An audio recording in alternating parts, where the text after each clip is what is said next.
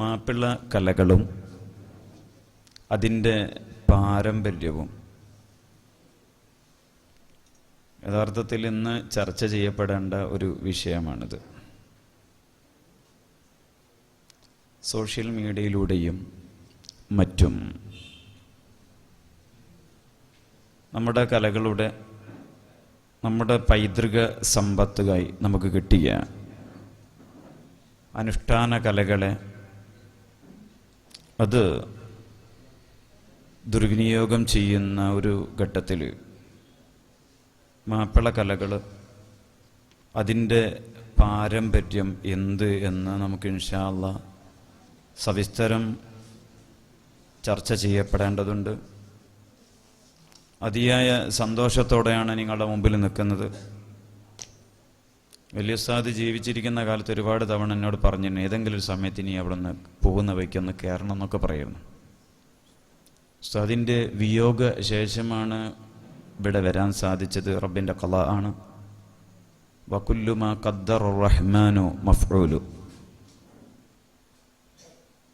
എന്നിരുന്നാലും വീട്ടിൽ നിന്ന് ഞങ്ങൾ ഇറങ്ങി വണ്ടിയിൽ കയറി ഉടനെ തന്നെ ഉസ്താദിൻ്റെ പേരിൽ അല്ലേ ഫാത്തിഹ ഓതിയിട്ടാണ് ഞങ്ങളങ്ങോട്ട് വന്നിട്ടുള്ളത്. റബ്ബ് തആല അവിടുത്തെ ദറജ ഉയർത്തി കൊടുക്കുമാറാവട്ടെ. ഇന്ന് എന്താണ് നിങ്ങൾക്ക് എന്തൊക്കെ കിട്ടണം എന്നുള്ളത് ആദ്യം നിങ്ങൾ പറയാം, എന്നാൽ ഇൻഷാ അല്ലാഹ്. അല്ലാണ്ട് ഇപ്പം ഞാൻ കുറേ വയല് പറഞ്ഞിട്ടുണ്ടായില്ല, കാരണം എല്ലാവരും ഉസ്താദന്മാരാണ്. അപ്പോൾ ഞാൻ കുറേ വയല് പറഞ്ഞ ഹദീസ് പറഞ്ഞിട്ടുണ്ടായില്ല. നിങ്ങൾക്ക് എന്താ വേണ്ടത് നിങ്ങൾ പറയാം. ഒരു ക്ലാസ് എടുക്കുന്നല്ല, നമ്മൾ കുറച്ച് ആളുകൾ കൂടിയിട്ട് ചില വിഷയങ്ങൾ ചർച്ച ചെയ്യാൻ വേണ്ടി പോവുകയാണ്. നിങ്ങൾ പറഞ്ഞോളി, മാപ്പിള കലകളിൽ നിങ്ങൾക്ക് ഏതാണ് ഇപ്പോൾ ആവശ്യമുള്ളത്? ദഫ് മുട്ട് കൊണ്ട് തുടങ്ങിയാലോ? നിങ്ങൾ പറഞ്ഞോളി. മതിയോ? വേണ്ടാന്ന് പറഞ്ഞ ആൾക്കാർ നിന്നോളി. വേണ്ടാന്ന് പറഞ്ഞ ആൾക്കാർ നിൽക്ക്. ആള് നിൽക്കട്ടെ. ആ മൂന്നാമത്തെ ആള്. ഇൻഷാ അല്ലാഹ് നമുക്ക് ദഫ്മുട്ട്, മാപ്പിളപ്പാട്ട്, മദ്ഹ് ഗാനങ്ങൾ, മാലപ്പാട്ടുകൾ, ഇതിൻ്റെ ഉറവിടം എന്ത് എന്നല്ല ഞാൻ പറയാൻ പോകുന്നത്. ദഫ്മുട്ട് പഠിപ്പിച്ചിട്ടേ ഞാൻ പോവുള്ളൂ. അതിന് തയ്യാറാണോ? പോരാ, തയ്യാറാണോ? Are you ready? ഇല്ലല്ലോ, ശ്രുതി ഇല്ല, ബേസിലല്ല. അപ്പം പറ, are you ready? All stand up.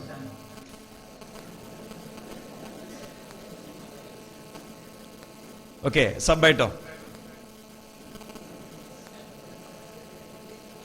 ഇനി നമുക്ക് ചർച്ച ചെയ്യാം. അത് നോട്ട് ചെയ്യാനുള്ള സൗകര്യം ഉണ്ടോ? നോട്ട് ചെയ്യാൻ പറയുന്ന ഭാഗത്ത് നിങ്ങൾ നോട്ട് ചെയ്തിരിക്കണം. ഇതിൽ എഴുത്തുകാരുണ്ടാവാം, പാടുന്ന ആളുകളുണ്ടാവാം. ഇതൊരു ദഅവത്തിന്റെ ഭാഗമായിട്ട് ഇതിങ്ങനെ കേട്ടിട്ട് ഇതിലെ ഒഴിവാക്കണം എന്നുണ്ടെങ്കിൽ വേണ്ട. നല്ല റഫറിങ് മൈൻഡുള്ള ആളുകൾ മാത്രം ഇവിടെ ഇരുന്നാൽ മതി. ഇൻഷാ അല്ലാഹ് ക്യാപ്സ്യൂളായിട്ട് ഞാൻ അങ്ങോട്ട് ഇട്ടുതരും. കലാകാരന്മാരെയും ഇവിടെ മാത്രം ശ്രദ്ധിക്കുക. ഒരു എനക്കും മൊബൈൽ കൊണ്ടുള്ള ഒരു കളിയും പറ്റില്ല. കലാകാരന്മാരെയും സാഹിത്യകാരന്മാരെയും വാർത്തെടുക്കാൻ വേണ്ടിയിട്ട് കേരളത്തിലകത്തും പുറത്തും ഒരുപാട് സംരംഭങ്ങളുണ്ട്. അതിൽ ശില്പശാല മുതൽ അക്കാഡമിക് തരത്തിലുള്ള കോഴ്സുകൾ വരെ അക്കൂട്ടത്തിലുണ്ട്. യഥാർത്ഥത്തിൽ ഇതുകൊണ്ട് ഒരു കലാകാരനെ സൃഷ്ടിച്ചെടുക്കാൻ സാധ്യമല്ല എന്നുള്ളതാണ്. ഒരു കലാകാരനെ അങ്ങോട്ട് സൃഷ്ടിച്ചെടുക്കാൻ പറ്റില്ല. പിന്നെ എന്താണ് ഇത്തരം ക്രസന്റ് ഡേ പോലത്തത് കൊണ്ട് നമുക്ക് കിട്ടുന്നത്? നമ്മുടെ ഹൃദയാന്തർഭാഗങ്ങളിൽ അന്തർലീനമായി കിടക്കുന്ന നൈസർഗികമായ സിദ്ധികളെയാണ് നമുക്ക് പരിപോഷിപ്പിച്ചെടുക്കാനുള്ള വേദികളാണ് ഇതെല്ലാം. ഏതുപോലെ പാകിയിട്ടിരിക്കുന്ന വിത്തിനെ മുളപ്പിക്കാൻ സൂര്യപ്രകാശവും വെള്ളവും വളവുമെല്ലാം ഏത് പ്രകാരം സഹായിക്കുന്നുവോ ആ രീതിയിലുള്ള സഹായമാണ് ഇത്തരം ഫെസ്റ്റുകളിലൂടെയും സാഹിത്യോത്സവങ്ങളിലൂടെയും നമുക്ക് ലഭ്യമാവുന്നത്. തീരെ പാടാൻ കഴിവില്ലാത്ത ഒരാളെ കൊണ്ട് പാടിയേ പോകാൻ പറ്റും എന്ന് പറഞ്ഞാൽ നടക്കുമോ? ഇല്ല. പ്രസംഗിക്കാൻ കഴിവില്ലാത്ത ഒരാളെ കൊണ്ട് പ്രസംഗിക്കാൻ പറ്റുമോ? ഇല്ല. അപ്പം ജന്മന ആ കഴിവ് ജനറ്റിക്കായിട്ട് കിട്ടിയിരിക്കണം. അത്തരം ആളുകളെ പരിപോഷിപ്പിച്ചെടുക്കാനേ പറ്റുള്ളൂ. അതല്ലാത്ത ഒരാളെ കണ്ടെത്താൻ നമുക്ക് സാധ്യമല്ല. അതാണ് സാഹിത്യോത്സവത്തിലൂടെയും ഇത്തരം ഫെസ്റ്റിലൂടെയും നമുക്ക് കിട്ടുന്നത്. എഴുതാൻ കഴിവുള്ള ഒരുപാട് ആളുകളുണ്ടാവും ഈ കൂട്ടത്തിൽ. ഒരു പക്ഷേ ഇവിടെ കയ്യെഴുത്ത് മാസിക ഉണ്ടായേക്കാം. അത്തരം മാസികളിലൂടെ നമ്മൾ ചിലപ്പോൾ എഴുതുമ്പോൾ ആദ്യം നമ്മൾ കിട്ടുന്നത്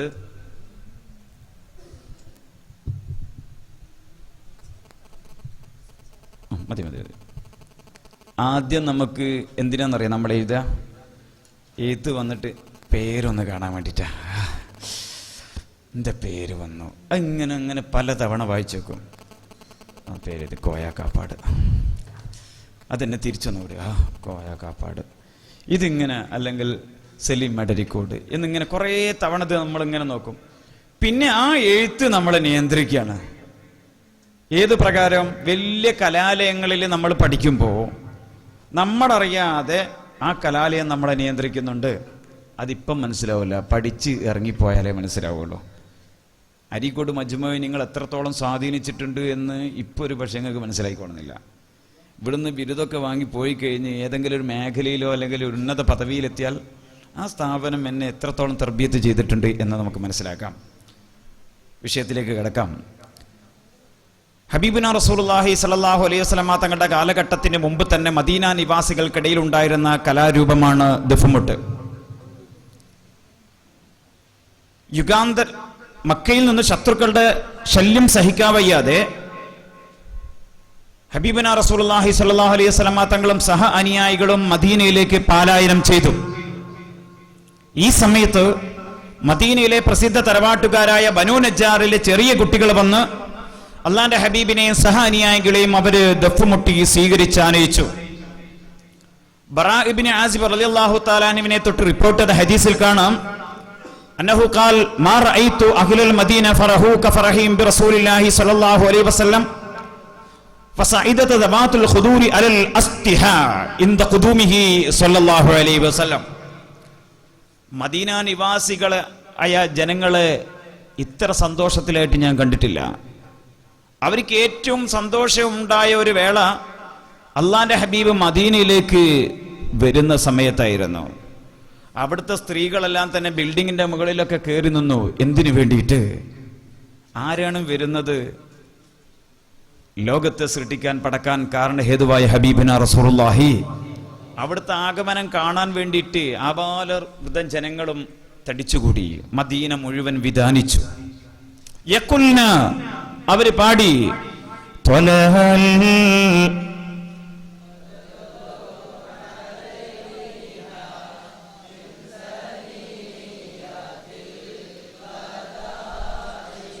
വജബ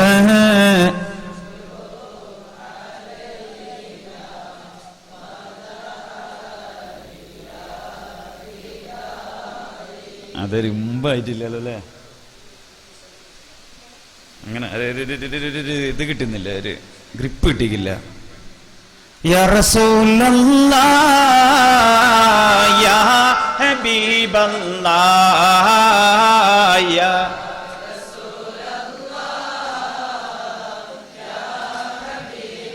لطلع البدر علينا من ثنيات الوداع طلع البدر علينا من ثنيات الوداع وجب شكره علينا ما دعا لله داعي يا رسول الله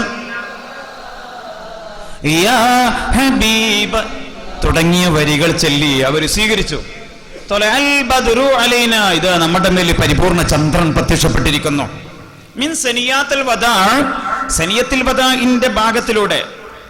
മദീനയ്ക്ക് സമീപമുള്ള ഒരു മലഞ്ചെരുവിന്റെ പേരാണ് സനിയത്തുൽ വദാ. മദീനയിൽ പോയ ആളുകൾക്ക് കാണാൻ പറ്റും. ഇത് ആ ചെരുവിലൂടെ ഇത് പരിപൂർണ ചന്ദ്രൻ പ്രത്യക്ഷപ്പെട്ടിരിക്കുന്നു. വജബ ശുക്റു അലൈനാ, നമ്മുടെ മേൽ നന്ദി ചെയ്യൽ നിർബന്ധമാണ്. അങ്ങനെ അർത്ഥം വെച്ചാൽ മതിയോ? പോരാ. വജബ അശ്ശുക്റു, അലിഫ്ലാം വന്നതോടുകൂടി അർത്ഥം പിന്നും മാറുകയാണ്. വജബ ശുക്റു അലൈന, പാട്ടുപാടിയും ദഫ്മുട്ടിയും നമ്മുടെ നന്ദി പ്രകടിപ്പിക്കൽ നിർബന്ധമാണ് എന്നർത്ഥം വരുന്ന വരികൾ ചൊല്ലിയപ്പോൾ ഹബീബുന റസൂലുള്ളാഹി സ്വല്ലല്ലാഹു അലൈഹി വസല്ലമ തങ്ങൾ മൗനം പാലിച്ചു. റസൂലുള്ളാഹി സ്വല്ലല്ലാഹു അലൈഹി വസല്ലമ തങ്ങളുടെ തഖ്രീറാത്ത്, മൗനം, ഒരു വിഷയത്തിൽ ലോക മുസ്ലിമീങ്ങളെ സംബന്ധിച്ചിടത്തോളം ചര്യയാണ്, സുന്നത്താണ്. അന്ന് മുതലാണ് ദഫ്മുട്ട് എന്ന കലയ്ക്ക് ഇസ്ലാമിക മുഖമുണ്ടായത്. മദീന നിവാസികൾക്ക് റസൂലുള്ളാഹി സ്വല്ലല്ലാഹു അലൈഹി വസല്ലമ തങ്ങളുടെ കാലത്തിന് മുമ്പാണോ ശേഷമാണോ ദഫ്മുട്ടുണ്ടായത്? ശേഷല്ലേ? അല്ലേ? ഉറപ്പാ? അപ്പം വരുമ്പോ മുട്ടിയതോ? എന്താണ് പുറത്തില്ലേ? പറയ്. പുറത്തില്ലല്ലേ? മുമ്പുണ്ടായിരുന്നോ അല്ലെ ശേഷം ഉണ്ടായിരുന്നോ? മുമ്പുണ്ടായിരുന്നു. മുമ്പുണ്ടായത് കൊണ്ടാണ് എന്താക്കിയത്? വരുമ്പോ ദഫ് മുട്ടിയത്. കേരളത്തിലേക്ക് ഒരാൾ കടന്നു വരുന്ന സമയത്ത്, വിദേശികൾ വരുന്ന സമയത്ത് ഇവിടെ നമ്മൾ കേരളീയ കല കൊണ്ട് സ്വീകരിക്കുന്നുണ്ട്, അല്ലേ? ഡിപ്പാർട്ട്മെന്റ് പ്രോഗ്രാമൊക്കെ ആണെങ്കിൽ കഥകളിയൊക്കെ വെച്ചിട്ടാ സ്വീകരിക്കുക. എന്താ കേരളീയ കലയാണത്? മദീനക്കാരുടെ സ്വന്തം കലയാണ് ഏത്? ദഫ്മുട്ടെന്ന് ഈ ഹദീസിൽ നമുക്ക് മനസ്സിലാക്കാൻ പറ്റും. പിന്നെ ചില സമയങ്ങളിൽ വഖറജത്ത് ജിവാറും മിൻ ബനി നജ്ജാർ, ബനു നജ്ജാറിലെ ചെറിയ കുട്ടികൾ വന്ന് റസൂലുള്ളാഹി സ്വല്ലല്ലാഹു അലൈഹി വസല്ലമ തങ്ങളെ നടന്നു പോകുന്ന സന്ദർഭത്തിലും അല്ലാത്തപ്പോഴും യൽരിബിന ബിദ്ദുഫൂഫി, ദഫ്ഫുകൾ മുട്ടാറുണ്ടായിരുന്നു. യഖുൽന, എന്നിട്ട് അവർ പാടാറുണ്ടായിരുന്നു, നഹ്നു ജീവാറും മിൻ ബനി നജ്ജാരി, ഉറങ്ങരുതേ, യാ ഹബ്ബദ മുഹമ്മദും മിൻ ജാരി, നഹ്നു ജീവാറും മിൻ ബനി നജ്ജാരി, യാ ഹബ്ബദ മുഹമ്മദും മിൻ ജാരി, മുഹമ്മദും മിൻ ജാരി. ഫഖാല സല്ലല്ലാഹു അലൈഹി വസല്ലം അതുഹിബ്ബീനനി, നിങ്ങൾ എന്നെ ഇഷ്ടപ്പെടുന്നുണ്ടോ? കൊല്ലനാം യാ റസൂലല്ലാഹ്, ഞങ്ങൾ അങ്ങ് വല്ലാതെ ഇഷ്ടപ്പെടുന്നുണ്ട്. ഈ കുഞ്ഞുമക്കൾ പറയാണ്, ഫഖാല സല്ലല്ലാഹു അലൈഹി വസല്ലം അല്ലാഹു യഅലമു ഇന്ന ഖൽബി യുഹിബ്ബുക്കും, ഞാൻ മനസ്സറിഞ്ഞുകൊണ്ട് നിങ്ങളെ ഇഷ്ടപ്പെടുന്നു. ഇനി നോക്കാം, നിങ്ങൾ സുന്നത്താണ് എന്നുള്ളതിന് നമുക്ക് തെളിവ് വേണ്ടേ? വേണോ വേണ്ടേ? ഒരാളോട് പറയുമ്പോൾ അതിന് തെളിവ് ഉദ്ധരിക്കണ്ടേ? നോക്കാൻ. അതിന് മുമ്പ് റസൂലുള്ളാഹി സ്വല്ലല്ലാഹു അലൈഹി വസല്ലമ തങ്ങൾ പറഞ്ഞൊരൊറ്റ ഹദീസും കൂടിയും. റുബയ്യ ബിൻത് മുഅവ്വദിന്റെ മകൾ റുബയ്യന്റെ വീട്ടിലേക്ക് ഒരു റസൂലുള്ളാഹി സ്വല്ലല്ലാഹു അലൈഹി വസല്ലമ തങ്ങൾ ക്ഷണിച്ചു. അങ്ങനെ ദഖലൻ നബിയു സല്ലല്ലാഹു അലൈഹി വസല്ലം, നബി സല്ലല്ലാഹു അലൈഹി വസല്ലമ തങ്ങൾ ആ വീട്ടിലേക്ക് കടന്നു. വജുവൈരിയാത്തും ബിദ്ദഫി, കുറേ കുഞ്ഞുങ്ങൾ അവിടെ നിന്ന് ഇങ്ങനെ ദഫ് മുട്ടുന്നുണ്ട്. വയന്തുബിന മൻ ഖതല മിൻ ആബാഇഹിന്ന യൗമ ബദർ, അവർ ദഫ് മുട്ടുന്നത് ബദരീങ്ങളെ സംബന്ധിച്ച് പുകഴ്ത്തി പാടിയിട്ടാണ്. ബദരീങ്ങളെ പാടിക്കണ്ട് പ്രകീർത്തിച്ചുകൊണ്ട് അവർ ദഫ് മുട്ടാണ്. ഈ സമയത്താണ് റസൂലുള്ളാഹി സ്വല്ലല്ലാഹു അലൈഹി വസല്ലമ തങ്ങൾ കടന്നു വരുന്നത്. ഹത്താ ഖാലത്ത് ജാരിയ, ഈ സമയത്ത് പാട്ട് പാടിക്കൊടുക്കുന്ന കുട്ടി ഇശല് മാറ്റി. ആ കുട്ടി പാടി, അതുവരെ ബദരീങ്ങളെ പറ്റിയാ പാടിയത്. വഫീനാ മുഹമ്മദു യഅലമു മാ ഫീ ഗാദിൻ, വഫീനാ മുഹമ്മദു യഅലമു മാ ഫീ ഗാദിൻ. ബോലോ അല്ലാഹു അല്ലാഹു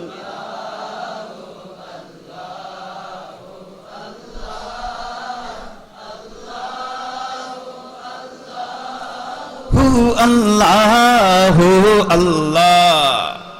ഖാല നബി സല്ലല്ലാഹു അലൈഹി വസല്ലം ലാ തഖൂലി ഹകദാ, അതവിടെ നിർത്തി, എന്നെ പറ്റി പാടല്ല. വഖൂലി മാ കുൻതി തഖൂലിന, നേരത്തെ ഏതാ പാടിയത്? ആ പാട്ട് പാട്. നേരത്തെ ഏതാ പാടിയത്? അപ്പൊ റസൂലുള്ളാഹി സ്വല്ലല്ലാഹു അലൈഹി വസല്ലം തങ്ങളുടെ മദ്ഹ് പാടണ്ട എന്നല്ലേ പറഞ്ഞത്? അങ്ങനല്ലേ പറഞ്ഞത്?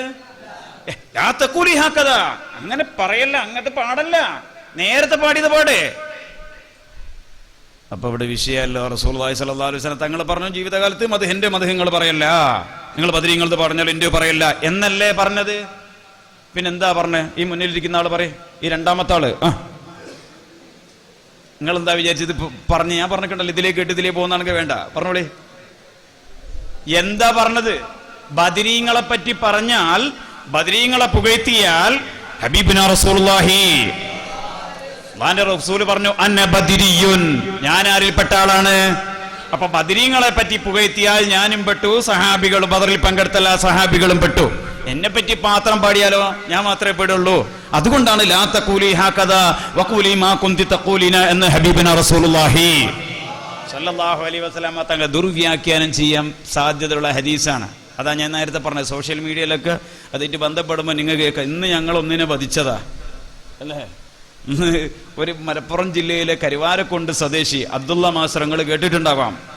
അദ്ദേഹം കുത്റാത്തീബിനെ സംബന്ധിച്ച് വളരെ മോശമായിട്ട് പറഞ്ഞപ്പോൾ ഞങ്ങൾക്ക് ചിലത് പറയേണ്ടി വന്നു. ഞാൻ ഇതിലധികം കണ്ട് കളിക്കല്ലേ, ഈ വാട്സപ്പും മറ്റേതിലൊക്കെ പേജ്, എൻ്റെ പേഴ്സണൽ പേജ് കൈകാര്യം ചെയ്യുന്നതിന് ഈ ഷമ്മാസും ഒരു ഹബീബ് എന്ന് പറഞ്ഞിട്ട് രണ്ടാളുകളാണ്. അത് എവിടെ പോകുന്നുണ്ടോ വരുന്നുണ്ടോ എന്നുള്ള ഞാൻ അതിൽ കൈകടത്തലില്ല. പക്ഷെ ഇയാളെ പറഞ്ഞു കുത്റാത്തീബിൽ ദബ്ബൂസ് ഉപയോഗിക്കുന്നതിനെ പറ്റിയോ മറ്റൊക്കെ പറഞ്ഞപ്പോൾ നമുക്ക് അബ്ദുൽ ഉസ്താദ് വലിയ ഉസ്താദ് പഠിപ്പിച്ചു തന്ന ചില കാര്യങ്ങളുണ്ട്, കിതാബ് ഓതിച്ചിട്ടുണ്ട് ആ വിഷയത്തിൽ. ഇബാറത്തടക്കം പറഞ്ഞു. ഏത് വരെ പറഞ്ഞു എന്നറിയാം അയാള്. ബൽഖീസ് എന്റെ കൊട്ടാരം എടുക്കാൻ വേണ്ടി സുലൈമാൻ നബി അലൈഹി സ്വലാത്തു വസ്സലാം പിശാചുക്കളോട് സഹായം തേടിയെന്ന് സൂറത്തുൻ നംലിൽ ആയത്തില്ലേ, അയ്യക്കും യഅ്തൂനി എന്നുള്ള ആയത്തില്ലേ, അതിന് മൂപ്പര് പറഞ്ഞത് പിശാചുക്കളോട് സഹായത്തെ തേടി. ആസഫ് ബർഖി റളിയല്ലാഹു തആല ആരാണ് എന്ന് പോലും മനസ്സിലായില്ലേ. ഞാൻ അയാൾക്ക് കൊടുത്ത മറുപടി അയാളെ ആശയം കേട്ടപ്പോ മൂപ്പർക്ക് കൊടുത്ത മറുപടി റൂഹുൽ മാനി തന്നെയുള്ള ഇബാറത്തെടുത്തം കൊടുത്തു. ഒരിക്കൽ ഓരോന്നിനും പറ്റിയ ഡോസുള്ള മരുന്നല്ല കൊടുക്കണ്ടേ, അല്ലാണ്ട് വേറെ തഫ്സീർ കൊടുത്ത അയാൾക്കത് സ്വീകാര്യമില്ല. റൂഹുൽ മാനി പേജ് നമ്പർ 10/203 ഈ ആയത്തിന്റെ വിശദീകരണമുണ്ട്. അത് നല്ലോണം പച്ചക്ക് ഇബാറത്ത് തത്ത പറയുന്നവരായിട്ട് പറഞ്ഞു കൊടുത്തു. ഇപ്പൊ രണ്ടാമത് കുത്റാത്തീബിനെ തെറ്റില്ല എന്നല്ല പറഞ്ഞല്ലേ, രണ്ടാമത് എന്തൊക്കെ ഗ്രൂപ്പിൽ ഇട്ടിട്ടുണ്ട്. അതായത് നമുക്ക് കുത്റാത്തീബിനെ പറ്റി പറയല്ലേ വേണ്ടി, കുത്റാത്തീബ് ഇൻഷാ അല്ലാഹ് ഇവിടുന്ന് ചെയ്ത് കാണിക്കണം. അല്ലാഹു തആല കബൂലാക്കട്ടെ. എന്താ ആമീൻ പതുക്കെ പോയത്, കബൂലാക്കട്ടെ ഇൻഷാ അല്ലാഹ്. ഇനി നമുക്ക് ഫിഖിൽ എന്താണ് ഇതിനെപ്പറ്റി പറയുന്നത് നോക്കാം. ഈ ഹദീസ് ഇമാം അബ്ദുല്ലാഹി അൽ ബുഖാരി തന്റെ സഹീൽ ഉദ്ധരിച്ച ഹദീസാണ് നമ്മളിപ്പം പ്രതിപാദിച്ചത്. ഫിഖില് ദഫ് മുട്ടുന്നതിനെ സംബന്ധിച്ച് എന്ത് പറഞ്ഞു എന്നൊക്കെ ഇബ്നു ഹജർ ഹൈതമി റളിയല്ലാഹു തആല എന്ത് പറഞ്ഞു, വയുബാഹുൽ ദർബു ബിദ്ദഫി, ദഫ് മുട്ടൽ ഹലാലാണ്. വഇൻ കാന ഫീഹി നഹ്വു ജലാജിലിൻ, അതിൽ ചലങ്ക പോലോത്തത് ഘടിപ്പിച്ചാലും കുഴപ്പമില്ല എന്ന് ഇമാം ഇബ്നു ഹജർ ഹൈതമി റളിയല്ലാഹു തആല തന്റെ ഫത്ഹുൽ ജവാദിലും അതുപോലെ തുഹ്ഫ 10ാം വാള്യം 221ാമത്തെ പേജിലും പറഞ്ഞിട്ടുണ്ട്. ചലങ്ക പോലോത്തത് പറഞ്ഞൂടെ ഘടിപ്പിച്ചാലും കുഴപ്പമില്ല എന്ന് ആര് പറഞ്ഞു? ഇബ്നു ഹജർ ഹൈതമി റളിയല്ലാഹു തആല പറഞ്ഞിട്ടുണ്ട്. രണ്ടാമത്തെ നോക്കാം, ഇമാം ബഗ്വി റളിയല്ലാഹു തആല എന്ത് പറയുന്നു. എന്ത് സംശയം ഉണ്ടെങ്കിലും കൊടികുത്തിയ സംശയം ഉണ്ടെങ്കിലും തീർത്തിട്ടേ പോകുള്ളൂ. നിങ്ങൾ നോട്ട് ചെയ്ത് വെച്ചാൽ മതി. നിങ്ങൾക്ക് ചോദിക്കാനുള്ള ചോദ്യങ്ങൾ അതിനുള്ള അവസരവും സമയമൊക്കെ തരും. ഇപ്പൊ ഞാൻ പറയുന്നത് നിങ്ങൾ ശ്രദ്ധിക്കുക, എഴുതാൻ പറയുന്നത് എഴുതിക്കൊള്ളാം. ഇന്ന ഇലാനൻ നിക്കാഹി വൽറബദ് ഫീഹി മുസ്തഹബ്ബുൻ, നിക്കാഹ് പരസ്യപ്പെടുത്തലും അതിൽ ദഫുമുട്ടലും പടക്കം പൊട്ടിക്കലല്ല പറഞ്ഞത്, ദഫുമുട്ടലും സുന്നത്താണെന്ന് ഇമാം ബഗ്വി റളിയല്ലാഹു തആല തന്റെ ശറഹു സുന്നയിൽ വ്യക്തമാക്കിയിട്ടുണ്ട്. ഇത് തന്നെയാണ് ഷാഫി മദ്ഹബിലെ പ്രഗൽഭരായ പണ്ഡിതന്മാരെല്ലാം തന്നെ ഈ അഭിപ്രായത്തിനോട് യോജിച്ച ആളുകളാണ്. ഇനി ദഫുമുട്ടൽ സുന്നത്താണ് എങ്ങനെ മനസ്സിലാക്കാം നമുക്ക്? അംർ ബിൻ ശുഐബ് റളിയല്ലാഹു തആല തൊട്ട് റിപ്പോർട്ട് ചെയ്ത ഹദീസിൽ കാണാം, അന്നംറഅതൻ അത്തത്തിൻ നബിയ്യ സല്ലല്ലാഹു അലൈഹി വസല്ലം ഫഖാലത് യാ റസൂലല്ലാഹ് ഇന്നി നദർതു അൻ അളിബ അലാ റഅസിക ബിദ്ദഫി ഫഖാല ഔഫി ബിനദ്രികി ഹബീബുനാ റസൂലുള്ളാഹി. ഇമാം അബൂ ദാവൂദ് റിപ്പോർട്ട് ചെയ്ത ഹദീസിൽ കാണാം, അള്ളാന്റെ ഹബീബിന്റെ സവിധത്തിൽ ഒരു സ്ത്രീ വന്ന് പറഞ്ഞു, അള്ളാന്റെ ഹബീബേ നിങ്ങളുടെ സവിധത്തിൽ വെച്ചിട്ട് ദഫ് മുട്ടാൻ വേണ്ടിയിട്ട് ഞാൻ നേർച്ചാക്കി. ആ പെണ്ണ് വന്നിട്ട് ദഫ് മുട്ടണം എന്നല്ല, ഞാനൊരു മങ്കൂസ് മോലു നേർച്ചാക്കി എന്നാണെങ്കിൽ അങ്ങനെ ഒരാളെ വിളിച്ചിട്ട് ചെയ്യിപ്പിക്കാം എന്നുള്ള അർത്ഥത്തിൽ പറഞ്ഞു. അന്നേരം അള്ളാന്റെ ഹബീബ് പറഞ്ഞു, ഔഫി ബിനദ്രികി, നിന്റെ നേർച്ച നീ എന്തായിക്കോ വീട്ടിക്കോ എന്ന് പറഞ്ഞു. ഇതിൽ നിന്ന് നമുക്ക് എന്താക്കാം, ദഫുമുട്ട് സുന്നത്താണെന്ന് മനസ്സിലാക്കാൻ പറ്റൂലേ? പറ്റുമെങ്കിൽ എങ്ങനെ പറ്റും പറഞ്ഞോളേ. നേർച്ചയാക്കേണ്ട വസ്തു എന്തായിരിക്കണം? ആദ്യം അതിന്റെ ഹുക്കുമെന്താ? സുന്നത്തായിരിക്കണം. സുന്നത്തായ ഒരു വസ്തു നേർച്ചയാക്കി കഴിഞ്ഞാൽ അതിന്റെ ഹുക്കുമെന്തായി മാറി? ഫർളായി മാറി, വാജിബായി മാറിയില്ലേ? അല്ലേ? അന്നഹു സല്ലല്ലാഹു അലൈഹി വസല്ലം ലമ്മാ റജഅ ഇലൽ മദീന മിൻ ബഅദി മഗാസിഹി ഖാലത് ലഹു ജാരിയത്തുൻ സൗദാ ഇന്നി നദർതു ഇൻ റദ്ദഖല്ലാഹു സാലിമ. ചില യുദ്ധ അവസരത്തിൽ അള്ളാന്റെ ഹബീബ് യുദ്ധത്തിൽ പങ്കെടുത്തപ്പോൾ ഒരു സ്ത്രീ വന്ന് പറഞ്ഞു, നിങ്ങൾ രക്ഷപ്പെട്ട് വരാൻ വേണ്ടി ഞാൻ ദഫുമുട്ട് നേർച്ചയാക്കിയിട്ടുണ്ട്. അൻ അളിബ ബൈന യദൈക ബിദ്ദഫി, അങ്ങയുടെ സവിധത്തിൽ വെച്ച് ദഫ് മുട്ടാൻ വേണ്ടി നേർച്ചയാക്കിയിട്ടുണ്ട്. ഫഖാല ലഹ, ആ സ്ത്രീയോട് റസൂലുള്ളാഹി സ്വല്ലല്ലാഹു അലൈഹി വസല്ലം തങ്ങൾ പറഞ്ഞു, ഇൻ കുൻതി നദർതി ഔഫി ബിനദരികി. ഇമാം തിർമിദി റളിയല്ലാഹു തആല അൻഹു തന്റെ സ്വഹീഹിൽ ഈ ഹദീസ് റിപ്പോർട്ട് ചെയ്തിട്ടുണ്ട്.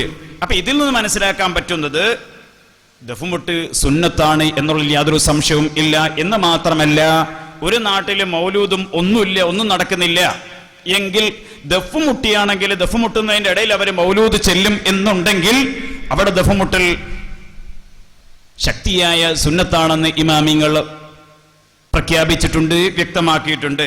ഇത് തന്നെയാണ് അല്ലാമ ഖുർദി റളിയല്ലാഹു തആല അൻഹു തന്റെ ഫതാവയിലും അതുപോലെ സയ്യിദ് സുംഹൂദി തങ്ങള് തന്റെ അഖ്ദുൽ ഫരീദ് എന്ന കിതാബിലൊക്കെ വ്യക്തമാക്കിയിട്ടുള്ളത്.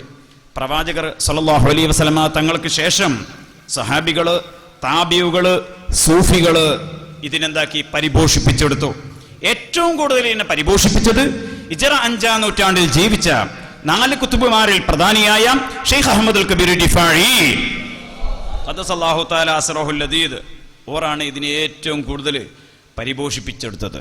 അതുകൊണ്ടാണ് ഇന്ന് കേരളത്തിൽ കാണുന്ന നമ്മൾ സാഹിത്യോത്സവിലൊക്കെ കാണുന്ന ദഫ്മുട്ടിന് ഒരു സൂഫി ടച്ച് വരാനും അതിൻ്റെ ബൈത്തുകൾ സ്വയം ഭക്തി ഉണ്ടാവലോടുകൂടി മറ്റ് ഓഡിയൻസിനെ ഭക്തി ഉണ്ടാക്കുന്ന തരത്തിൽ ഇത് മാറാൻ കാരണം സൂഫിയാക്കളുടെ കയ്യിലൊന്ന് ഫിൽട്ടർ ചെയ്തിട്ടാണ് പിന്നെ എന്താക്കി വിട്ടത്.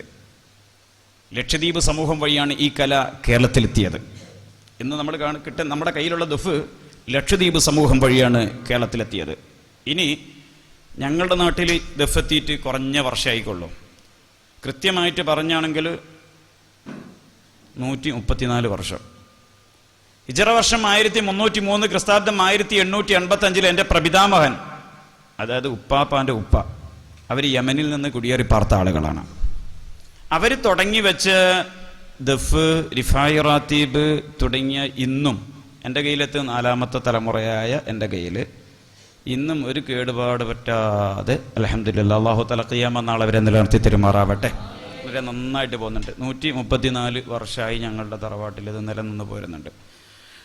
അവിടെ പഠിക്കുന്ന കുഞ്ഞുങ്ങൾക്ക് കേരള ഗവൺമെൻറ്റിൻ്റെ സ്റ്റൈപ്പൻ്റ് ഉണ്ട്, മറ്റ് ആനുകൂല്യങ്ങളുണ്ട്, എല്ലാ സൗകര്യങ്ങളും ഉണ്ട്. മുൻകാലങ്ങളിൽ മുസ്ലിം വീടുകളിലും പള്ളികളിലും മാത്രം ഒതുങ്ങി നിന്ന ഈ ദഫുമുട്ടെന്ന അനുഷ്ഠാന കലാരൂപം, ഇപ്പം നമുക്ക് അനുഷ്ഠാന കലാരൂപം എന്ന് പറയാം.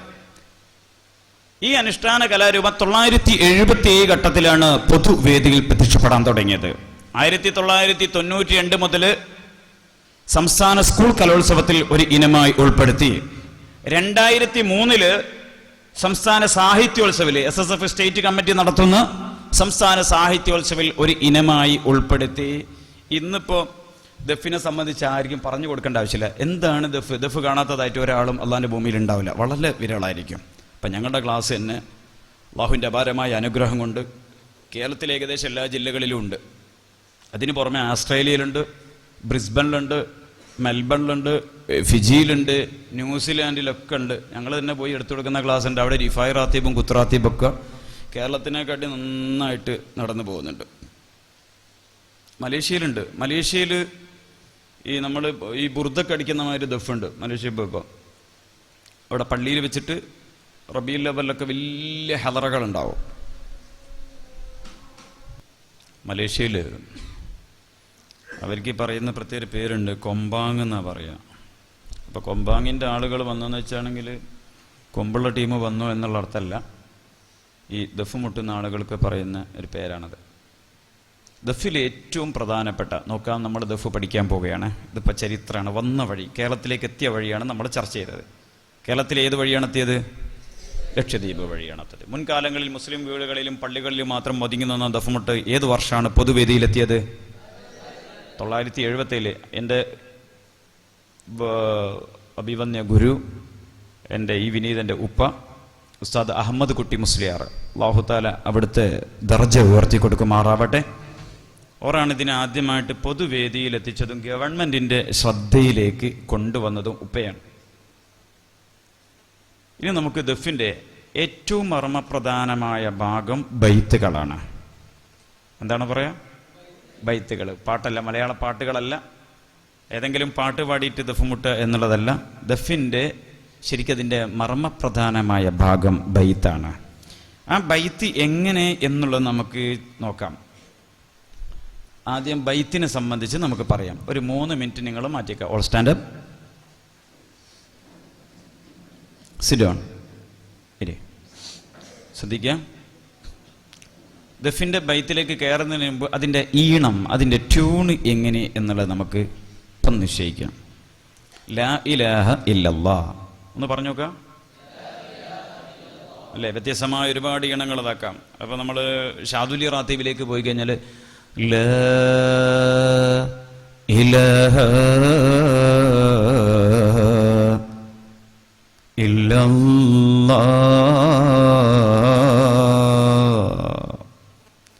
ഇനി വരുന്ന ട്യൂണ് ഞാൻ പറയാം. നിങ്ങൾ അതിന് ഉത്തരം ചോദിക്കുന്ന ആളുകൾ കൃത്യമായിട്ട് ഉത്തരം പറഞ്ഞിരിക്കണം. ഉത്തരം തെറ്റിയാൽ ഇവിടെ വന്നിട്ട് ഇഖ്ശൗശന സർഫാക്കേണ്ടി വരും. അതാന്നല്ലേ ഇഖ്ശൗശന. അല്ലെങ്കിൽ ഞാൻ ഇൻഷാ അല്ലാഹ് മബീൻ്റെ അസിൽ, എല്ലാവരും സെഞ്ചാൻ കഴിഞ്ഞ ആളുകളായിരിക്കും, മബീൻ്റെ അസിൽ ഇവിടെ വന്ന് പറയേണ്ടി വരും. ഉറപ്പാ. ഉത്തരം തെറ്റിയാണെങ്കിൽ അതിലൊരു വിട്ടുവീഴ്ചയില്ല. നമ്മൾ പാരമ്പര്യ കലകളെ സംബന്ധിച്ചാണ്. അപ്പം പാരമ്പര്യമായിട്ട് നമ്മുടെ ഇമാമിങ്ങൾ പറഞ്ഞു തന്ന് ഒരു അസിൽ അതിൻ്റെ പണിഷ്മെൻ്റ് എന്നുള്ള നിലക്ക് ഇവിടെ പറഞ്ഞു തരുമോ. അല്ലെങ്കിൽ ഇമ്മാത്തറയിൻ്റെ ആയിക്കോട്ടെ. ഇൻഷാ അല്ലാഹ് നോക്കാം. ഇവിടെ ശ്രദ്ധിക്കുക. ഒന്നാമത്തെ ട്യൂണ് ഞാൻ പറയാം. ഇത് എന്താണ് നിങ്ങളുടെ മനസ്സിൽ എന്താ വരുന്നത്, ഈ ട്യൂണ് കേൾക്കുമ്പോൾ എന്ത് വരുന്നു എന്ന് നിങ്ങൾ ഇങ്ങോട്ട് പറഞ്ഞു തരണേ. ചോദിക്കുന്ന ആളുകൾ മാത്രം. ലാ ഇലാഹ ഇല്ലല്ലാഹു ലാ ഇലാഹ ഇല്ലല്ലാഹ് ലാ ഇലാഹ ഇല്ലല്ലാഹു മുഹമ്മദുർ റസൂലുള്ളാഹ്. ഒന്ന് സെക്കൻഡ് ട്യൂൺ. इधर देखो.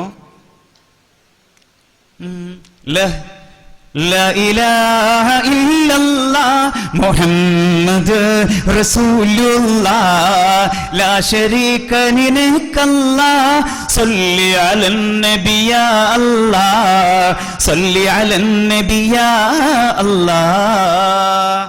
രണ്ട്. മൂന്നാമത്തത് ശരിക്കും ശ്രദ്ധിക്കണേ. ലാ ഇലാഹ ഇല്ലല്ലാഹ് ലാ ഇലാഹ ഇല്ലല്ലാഹ്. ഈ 3 ഈണങ്ങളെ നമ്മൾ കേൾക്കുമ്പോണ്ടായ നമ്മുടെ മനസ്സിന്റെ മാറ്റങ്ങളെ സംബന്ധിച്ച് ചർച്ച ചെയ്യാണ്. ഒന്നാമത്തെ ഈണം കേട്ടപ്പോ, അതായത്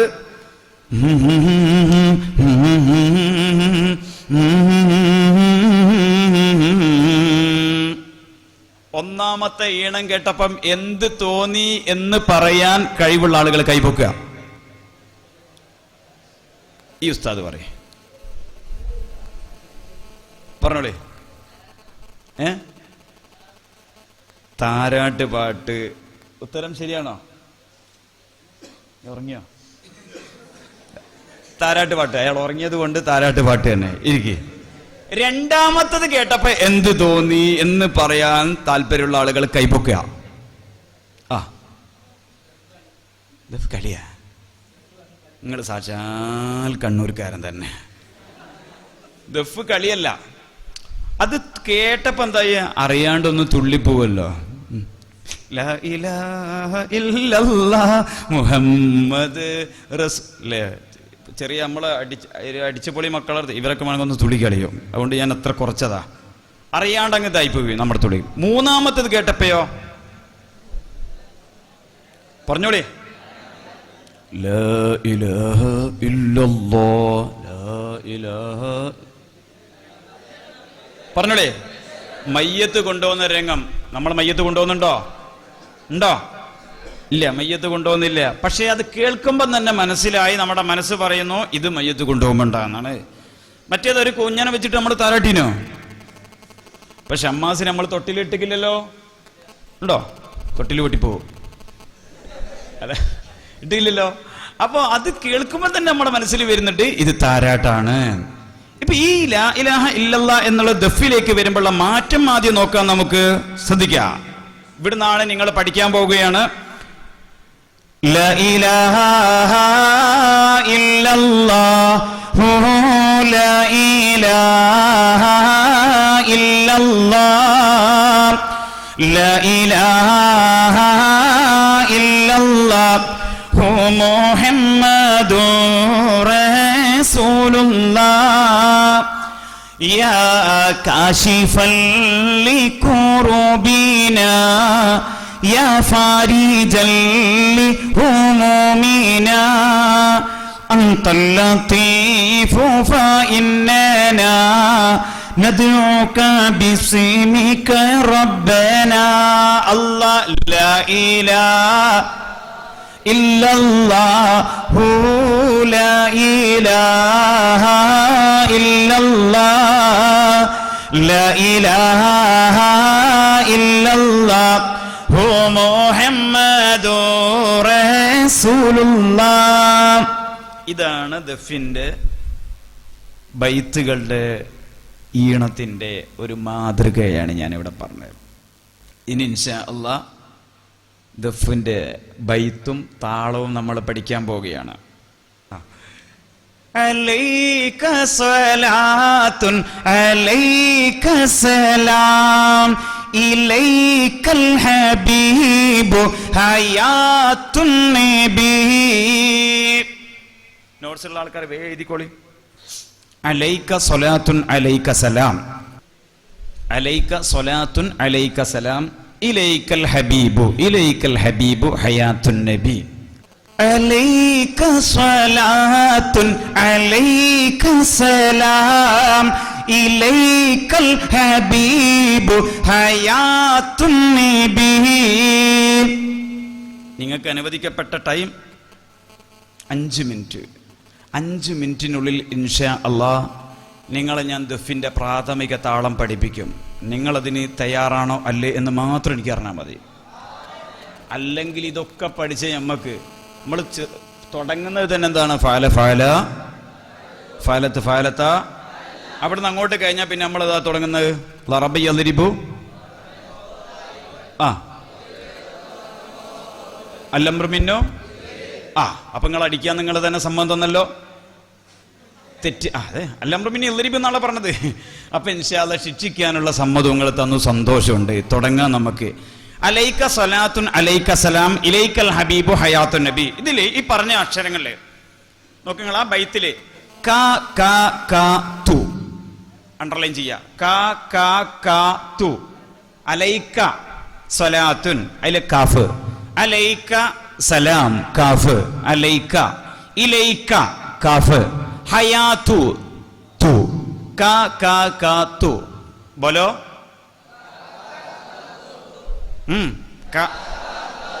നോക്കിയ താളം. ഇത് തെറ്റരുതേ, ശരിക്കും ശ്രദ്ധിക്കണം. ഇത് പെട്ടെന്ന് മനസ്സിലായി. ഞാൻ ഹൈറ്റുള്ള സ്ഥലത്താണ് നിൽക്കുന്നത്. നിങ്ങൾ ഒരു കൈ തെറ്റിയാൽ കൃത്യമായിട്ട് എനിക്കറിയാൻ പറ്റും അടിക്കേണ്ട ക്രമം. താളാണ് ദഫിന് ആദ്യം പഠിക്കുക, കൈ കൊണ്ട് താളം പിടിച്ചിട്ട്, ശേഷം പ്ലേറ്റ് പോലത്തേൽ പഠിച്ചതിന് ശേഷമാണ് ദഫ് എടുക്കുക. ഇതിൽ ഓരോ അക്ഷരം വരുമ്പോഴും ക എന്ന് പറയുമ്പോൾ നിങ്ങൾ ഒരു താളം പിടിക്കണം. അലൈക സ്വലാത്തുൻ കൈ അല്ലല്ല, അതൊക്കെ ഒരുപാട് എനിക്കറിയാം. നിങ്ങളെപ്പോലത്തെ വളഞ്ഞ ടീം വേറെ ഉണ്ടാവില്ല. ഉസ്താദ് ഒരിക്കലും എന്നോട് പറഞ്ഞിട്ടുണ്ട്, ഓരൊക്കെ നല്ല പഠിക്കണമെന്ന് ചിന്തിക്കുന്ന മക്കളാന്ന് പറഞ്ഞു എന്നോട്. നിങ്ങളെ പറ്റിയിട്ട് ഈ മജ്മയിലെ കുട്ടികളെ പറ്റി പറഞ്ഞ ഊതി പഠിക്കണം എന്നുള്ള ചിന്ത ഉള്ള അല്ല. ഉസ്താദ് ഇടയ്ക്ക് ഒഴിവിൽ വരുമ്പോൾ ഞാൻ ഏതെങ്കിലും കിതാബുകൾ റെഫർ ചെയ്യാൻ വേണ്ടി ഉസ്താദിൻ്റെ അടുത്ത് പോവുകയായിരുന്നു. ആ സമയത്ത് എന്നോട് പറഞ്ഞ നല്ല മക്കളാ, നല്ല ബുദ്ധി, ഇങ്ങനെ ഉസ്താദ് പറയാം, നല്ല ബുദ്ധിയുള്ള മക്കളാ എന്ന് പറഞ്ഞ് ഇങ്ങനെ പറയുന്നത്. അപ്പം നിങ്ങൾ വിളഞ്ഞതാന്ന് എനിക്കറിയാം. അപ്പോൾ കൈ അടിക്കേണ്ടത് സംഗതി ഞാൻ വരുന്നത് കാപ്പാടുന്ന അല്ലേ. ഒരു പാടുന്ന മുക്കാപ്പാട് പോയാൽ ബാക്കി എത്ര? കാപ്പാട്. അതെ, ഒരു പാട് സാധനമില്ല, പക്ഷെ കാപ്പാടേ ഉള്ളൂ. ഇനി നമുക്ക് നോക്കാം. ഫേസ് ലെവലാണ് നിങ്ങൾ ആദ്യം ചെയ്യേണ്ടത്. ആ ഒറ്റപ്പെടുന്നത് ഏത് വലിയ ആളാണെങ്കിലും ഇവിടെ വന്നിട്ട് നിങ്ങൾ ഇഹ്റാം ജമ സർഫാക്കേണ്ടി വരും കേട്ടോ. ശ്രദ്ധിക്കുക. 1 ഒന്നുകൂടിയും കാണിച്ചു തരാം. അലൈക സ്വലാത്തുൻ അലൈക സലാം ഇലൈക്കൽ ഹബീബു ഹയാത്തുൻ നബി. റെഡി അല്ലേ? ചെയ്യാം നമുക്ക്. ഇപ്പം പഠിക്കണം ഇൻഷാ അല്ലാഹ്. ഇത് കഴിഞ്ഞിട്ട് ഓരോരുത്തർ വന്നിട്ട് ബാക്കിൽ ഏറ്റവും ബാക്കിലിരിക്കുന്ന ആൾ ആദ്യം വന്നിട്ട് ദഫ് മുട്ടിയിട്ട് ഇൻഷാ അല്ലാഹ് ഇവിടുന്ന് ദഫ് മുട്ടിക്കും. ഇതിപ്പോ നിങ്ങൾ പഠിച്ചു കഴിഞ്ഞു, ഒരു പ്രയാസമില്ല. അത് സറഫാക്കുന്ന പ്രയാസമില്ല, അസ്ല് പഠിക്കുന്ന പ്രയാസമില്ല, ഒന്നുമില്ല. അൽഫിയിലെ ബൈത്ത് പഠിക്കുന്ന പ്രയാസം പോലും ഇതിനില്ല. നിഷ്പ്രയാസം. നാളായിട്ട് ഇന്നും നാളെയായിട്ട് നമ്മൾ കമ്പയർ ചെയ്യണം. ഇന്നലെയും ഇന്നുമായിട്ട് കമ്പയർ ചെയ്യണം. ഞാൻ ഇന്ന് ദഫിൻ്റെ താളം പഠിച്ചു. നാളെ ഇന്നലെ എന്തായിരുന്നു ദഫിൻ്റെ ഒരു താളം പഠിക്കുന്ന ദിവസം? നാളെ അതിനെപ്പറ്റി നമുക്ക് എന്താക്കാം, പുരോഗതിയിലേക്ക് എത്തിക്കണം. 1 2 3 3 4 അലൈക സലാത്തുൻ അലൈക സലാം ഇലൈക്കൽ ഹബീബു ഹയാത്തുൻ നബി. കിട്ടൂലേ? ഇനി രണ്ടാമത്തെ താളം 2ലേക്ക് നോക്കാം. ലാക ലാക ലാക യാതു. ബോലോ യാതു. ഇവിടെ നോക്ക്, ഇവിടെ നോക്ക്. പെട്ടെന്ന് കഴിയുന്നു. ആളെനിക്ക് മനസ്സിലായിക്ക്. ആ ബാക്കിലിരിക്കുന്ന ഒരു ലഹിയത്തുൽ കഥ. പിന്നെ അതുകൊണ്ട് ഞാൻ കൊണ്ട് ആളാരെന്ന് എനിക്ക് പേരറിയാം. ഞാൻ കുറച്ച് കഴിഞ്ഞിട്ട് വിളിക്കും. മൂപ്പർ എന്തായാലും ഞാൻ പിടിക്കും, ഉറപ്പാ. നിങ്ങളിവിടെ ശ്രദ്ധിച്ചോടെ. താളം 3 നമ്മൾ കഴിയാനായി ലാസ്റ്റ് ആണ്. 1 2 3. ഇത് ഞാൻ കാണിച്ചു തരില്ല, നിങ്ങൾ സ്വന്തമായിട്ട് ചെയ്തോളാം. 3 താളം എങ്ങനെ വരുന്നൊക്കെ. അലൈക സ്വലാത്തുൻ അലൈക സലാം. ഓക്കെ, 1 2 1 2 കൈവച്ചോളി. 1 2 3 4 അലൈക സ്വലാത്തുൻ സലാം ഇലൈക്കൽ ഹബീബു ഹയാത്തുൻ നബി. ദഫ് പഠിച്ചു കഴിഞ്ഞു. ഇതാണ് ഇതിൻ്റെ അടിസ്ഥാനപരമായ താളം. കറക്റ്റ് 5 മിനിറ്റ് നോക്ക് നിങ്ങൾ. ഇനി നമുക്ക് ദഫ് എടുത്തിട്ട് ഇൻഷാ അല്ലാഹ് കളിക്കണം. ഈ അലൈക സലാത്തിന് ഇനിയിപ്പോൾ നമുക്ക് വേറൊരു വേദി കിട്ടി. ഒരു പാട്ടും ഇങ്ങോട്ട് വരുന്നില്ല. 2 വരി പാടണം എന്ന് പറഞ്ഞു. ഉടനെ തന്നെ എന്താക്കുക, അലൈക സ്വലാത്തുൻ അലൈകം ഇലൈക്കൽ ഹബീബു ഹയാത്തുൻ നബി. അടുത്ത വരി നോക്ക്. ഫസാറൽ മുഹിബ്ബു കസീറൽ ബുകാ فصار المهيب كثير البكاء ودمي صبيب ഇവിടെ ശ്രദ്ധിക്കേ. മറ്റേ ഞാൻ അൽഫിയോദിയായി പോകും. അൽഫിയോദും പുസ്തകം ബൈത്ത് അന്ന് റാത്തീബുള്ളതുകൊണ്ട് ബൈത്ത് പഠിക്കാൻ കഴിഞ്ഞില്ല. അപ്പം ഞാൻ ഇങ്ങനെ നോക്കുമ്പോൾ ഉസ്താദ് കിടന്നിട്ട് എന്ന ക്ലാസ് ഇങ്ങനെ എടുത്ത്. വലിയ ഉസ്താദേ പരീക്ഷ ഇങ്ങനെ നോക്കുമ്പോൾ ഉസ്താദ് ഇങ്ങനെ നോക്കുന്നുണ്ട്. അത് ഞാൻ കണ്ടിട്ടില്ല. ഇങ്ങനെ നോക്കുന്നുണ്ട്. ഞാൻ എന്താക്കിന്ന് വെച്ചാൽ ഉസ്താദ് ഞാൻ കാണുന്നില്ല എന്ന് വിചാരിച്ചിട്ട് ഞാനങ്ങനെ കിതാബിൽ നോക്കിയിട്ട് നല്ല ഈണത്തിലായിട്ട് എടുത്ത് ലാസ്റ്റ് കഴിഞ്ഞോ എന്ന് വെച്ചിഞ്ഞോട് ആ വരി ഇപ്പോഴും ഓർമ്മയുണ്ട്. വഹൽഫത്തൻ ഫീകും ഫമാഗില്ലുല്ലന വറജിലും മീനൽ കിറാമി ഇൻദന ഖലാ മുഹമ്മദ് അഹ്മദു റബ്ബില്ലാഹ് ഖൈറ മാലികി. ആയിരം അവിടെ നിന്ന് ഇങ്ങോട്ടും ഇവിടുന്ന് അങ്ങോട്ടും ഒക്കെ ചെല്ലായിരുന്നു. ഇപ്പം കുറേ മറന്നു പോയിട്ടോ, ടച്ച് വിട്ടുപോയി എന്ന് വിചാരിച്ചിട്ട് അർത്ഥം വെക്കുമ്പോൾ കിട്ടൂല എന്നല്ല പറഞ്ഞേ. അത് ആ രീതിയിൽ തന്നെ പരുവത്തത്തിൽ നമ്മൾ നാട്ടിൽ പഠിക്കുന്ന മക്കൾ അങ്ങനെ ഉസ്താദ് വളർത്തിയിട്ട് അല്ലാഹു തആല ദർജ ഉയർത്തി കൊടുക്കുമാറാവട്ടെ. ഇനി നോക്കാം, നമ്മൾ അലൈക സലാത്തുൻ അലൈക സലാം നമ്മൾ ഈ പഠിച്ച താളത്തിനനുസരിച്ചിട്ട് അർജാസെ ഒന്ന് കൂട്ടി കൊടുക്കാം.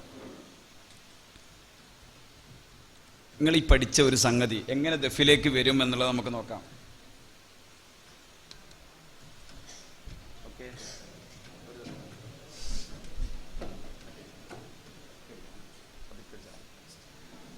കണ്ടോ, ഇതാണ് ദഫ്. പ്രൊജക്റ്റ് ചെയ്തുന്ന ആളുകളോട് ഞാൻ പറയാം, ദഫ് എന്ന് ഒരാൾ പറഞ്ഞാൽ അപ്പം പറഞ്ഞു കൊടുക്കണം. 8 ഇഞ്ച് വ്യാസത്തിൽ പ്ലാവിൻ്റെ വേര് കടഞ്ഞെടുത്ത് ആട്ടിൻതോൽ സ്വടം ചെയ്ത് ചരട് മുറുക്കി ശ്രുതി നിയന്ത്രിക്കുന്ന ഉപകരണത്തിന് എന്തെന്ന് പേര് പറയുന്നു? അങ്ങോട്ട് പറഞ്ഞു തന്നാട്ടെ.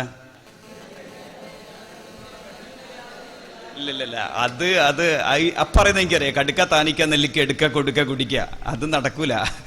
8 ഇഞ്ച് പറയാം, നമുക്ക് പഠിക്കാം. ഞാൻ തുടക്കത്തിലേ പറഞ്ഞില്ലേ, ഈ സറഫാക്കി പഠിക്കുന്ന നമുക്ക്, അസ്ല് പഠിക്കുന്ന നമുക്ക് ഇതൊന്നും ഒരു വിഷയമല്ല.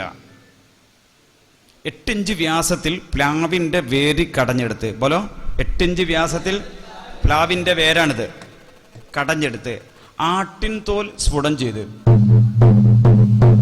ചരട് മുറുക്കി ശ്രുതി നിയന്ത്രിക്കുക. ഇതിന് എത്രത്തോളം നാദം ശബ്ദം കൂട്ടണോ എങ്കിൽ ഇതിൻ്റെ ചരട് വലിച്ച് മുറുക്കുക.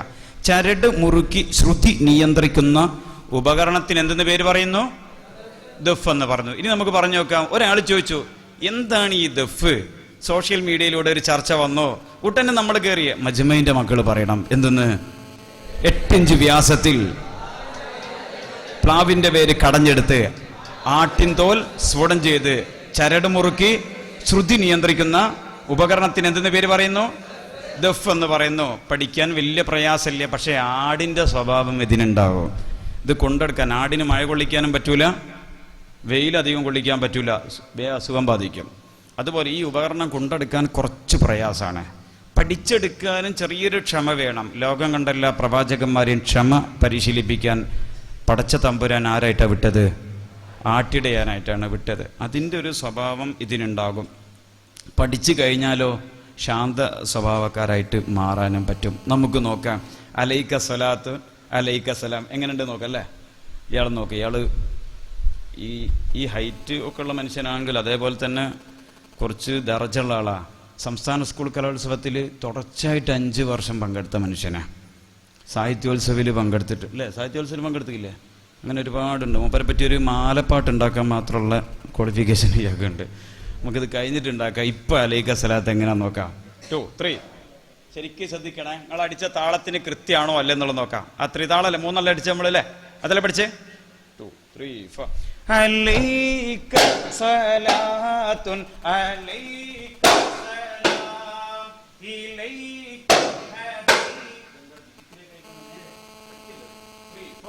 അലൈക സലാത്തുൻ അലൈക സലാം ഇലൈക ഹബീബു ഹയാത്തുൻ നബി. ശ്രദ്ധിക്കുക. ഈ ക്ലാപ്പ് വെരിക്കലോട് കൂടി എടുക്കുക. ഇവർ പഠിക്കുകയാണ്. നിങ്ങൾ പഠിച്ച ആളാണ്, അത് എപ്പോഴും ശ്രദ്ധിക്കണം കേട്ടോ. വെരിക്കലോട് ഇത് വരട്ടെ. നമ്മൾ ആദ്യത്തെ താളത്തിന് ഇതിന് കൊളോക്കിയലായിട്ട് മണിക്കുക, പാലക്കാട് ഭാഗത്തേക്ക് ഞൊണ്ടുക. ഇംഗ്ലീഷിൽ നമുക്ക് ഇതിനെ വെരിക്കൽ എന്ന് പറയാം. ആദ്യത്തെ താളത്തിൽ ഇത് അപ്പം നോക്കൂ നിങ്ങൾ. കൈയിൻ്റെ എല്ലാ ഭാഗവും ദഫി പതിയില്ല. ഇത്രേ വരുള്ളൂ. ഇവിടെ നിന്ന് അങ്ങോട്ട് വിടൂല.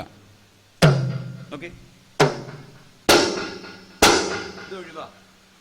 ഇതിങ്ങനെ ചെയ്തിട്ട് എന്താക്കണം? ചെയ്യാനുള്ള വിരലാണ് ഇത്. മനസ്സിലായില്ലേ? ഓക്കെ, ഇതിന്റെ സെൻട്രൽ അടിക്കാനും പറ്റൂല. അടിച്ചാൽ എന്ത് സംഭവിക്കും? പൊട്ടിപ്പോവും അല്ലേ? നെഞ്ഞത്തടിക്കുന്ന മാതിരി ഉണ്ടാവും. ഒന്ന് നോക്കിയാൽ ശരിക്കും ശ്രദ്ധിക്കുക. വെരിക്കൽ വരുന്നത് 1, 2, 3, 4 അലൈക സലാത്തുൻ അലൈക സലാം. പതുക്കടി. ഇലൈക്കൽ ഹബീബു ഹയാത്തുൻ നബി. മനസ്സിലായോ? പതുക്കെ അതേപോലെ ഞാൻ അടിക്കുന്ന സമയത്ത് നിങ്ങളൊന്ന് കൈ കൊണ്ടൊന്ന് പിടിച്ചു നോക്കുക. താളം 2, 3, 4 അലൈക സലാത്തുൻ അലൈക സലാം ഇലൈക്കൽ ഹബീബു ഹയാത്തുൻ നബി. ഈ താളം ഇത് ഇന്നലെയും നിങ്ങളുടെ കയ്യിലുണ്ടായിരുന്നു. ഇത് ഞാൻ പരിപോഷിപ്പിക്കുക മാത്രമേ ചെയ്തിട്ടുള്ളൂ. അതാ ഞാൻ തുടക്കത്തിൽ എൻ്റെ പ്രഭാഷണത്തിൽ പറഞ്ഞത്. ഇതുപോലെ നമ്മുടെ എല്ലാ കാര്യത്തിലും, ഭക്ഷണം കഴിക്കുന്നതിൽ താളമുണ്ട്, വേഷം ഇടുന്നതിൽ താളമുണ്ട്, നടക്കുന്നതിൽ താളമുണ്ട്, എല്ലാ കാര്യങ്ങളിലും ഉണ്ട്. ഇല്ലേ? ഇല്ല എന്ന് പറയാൻ പറ്റുമോ? ഇല്ല. നടക്കുന്നതിൽ താളമുണ്ട്. ഞാനിപ്പോൾ ഇങ്ങോട്ട് കയറി വരാം. നിങ്ങൾ അവിടെ ഇരുന്നോളൂ. ഞാനിങ്ങോട്ട് കയറി വരുമ്പോൾ ഇവിടെ സ്റ്റെപ്പ് എത്തി ഇങ്ങോട്ട് വരുന്ന സമയത്ത് ഞാൻ ഇങ്ങനെ വന്നു എന്ന് വെക്കുക. നിങ്ങൾ അപ്പം എന്നെ വിലയിരുത്തും അല്ലേ? അല്ലെങ്കിൽ ഞാൻ ഇങ്ങോട്ട് വന്ന് പ്രസംഗിക്കാൻ തങ്ങൾ ഉസ്താദ് വിളിച്ചു, ഞാൻ എന്താക്കിയ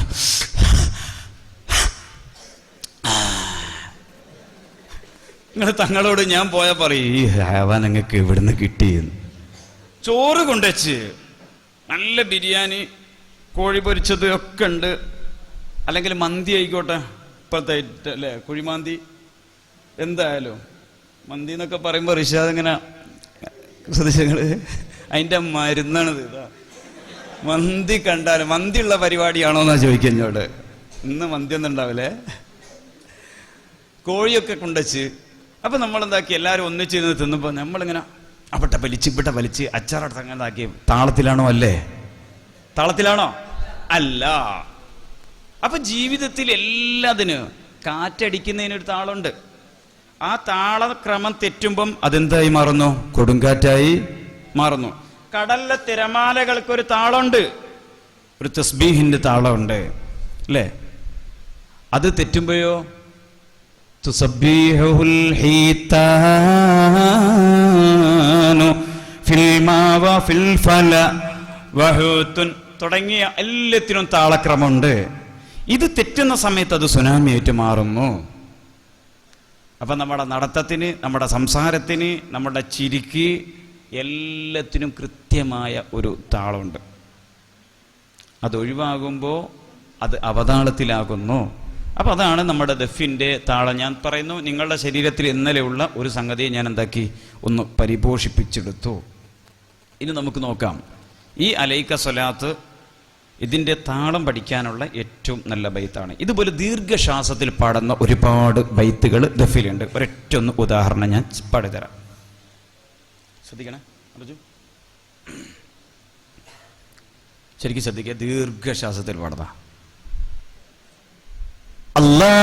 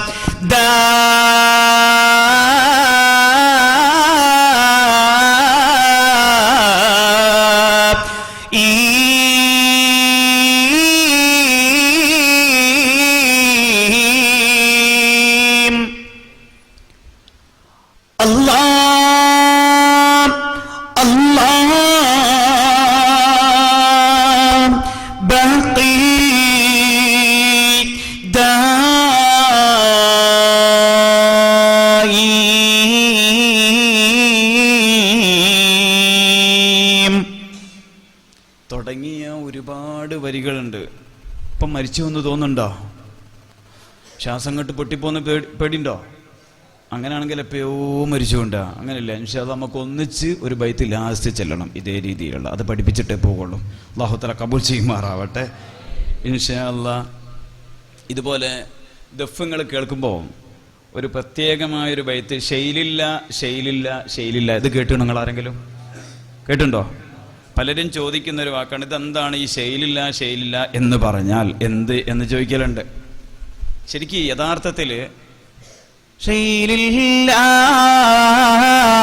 അല്ലാഹ് ശൈലില്ല ശൈലില്ല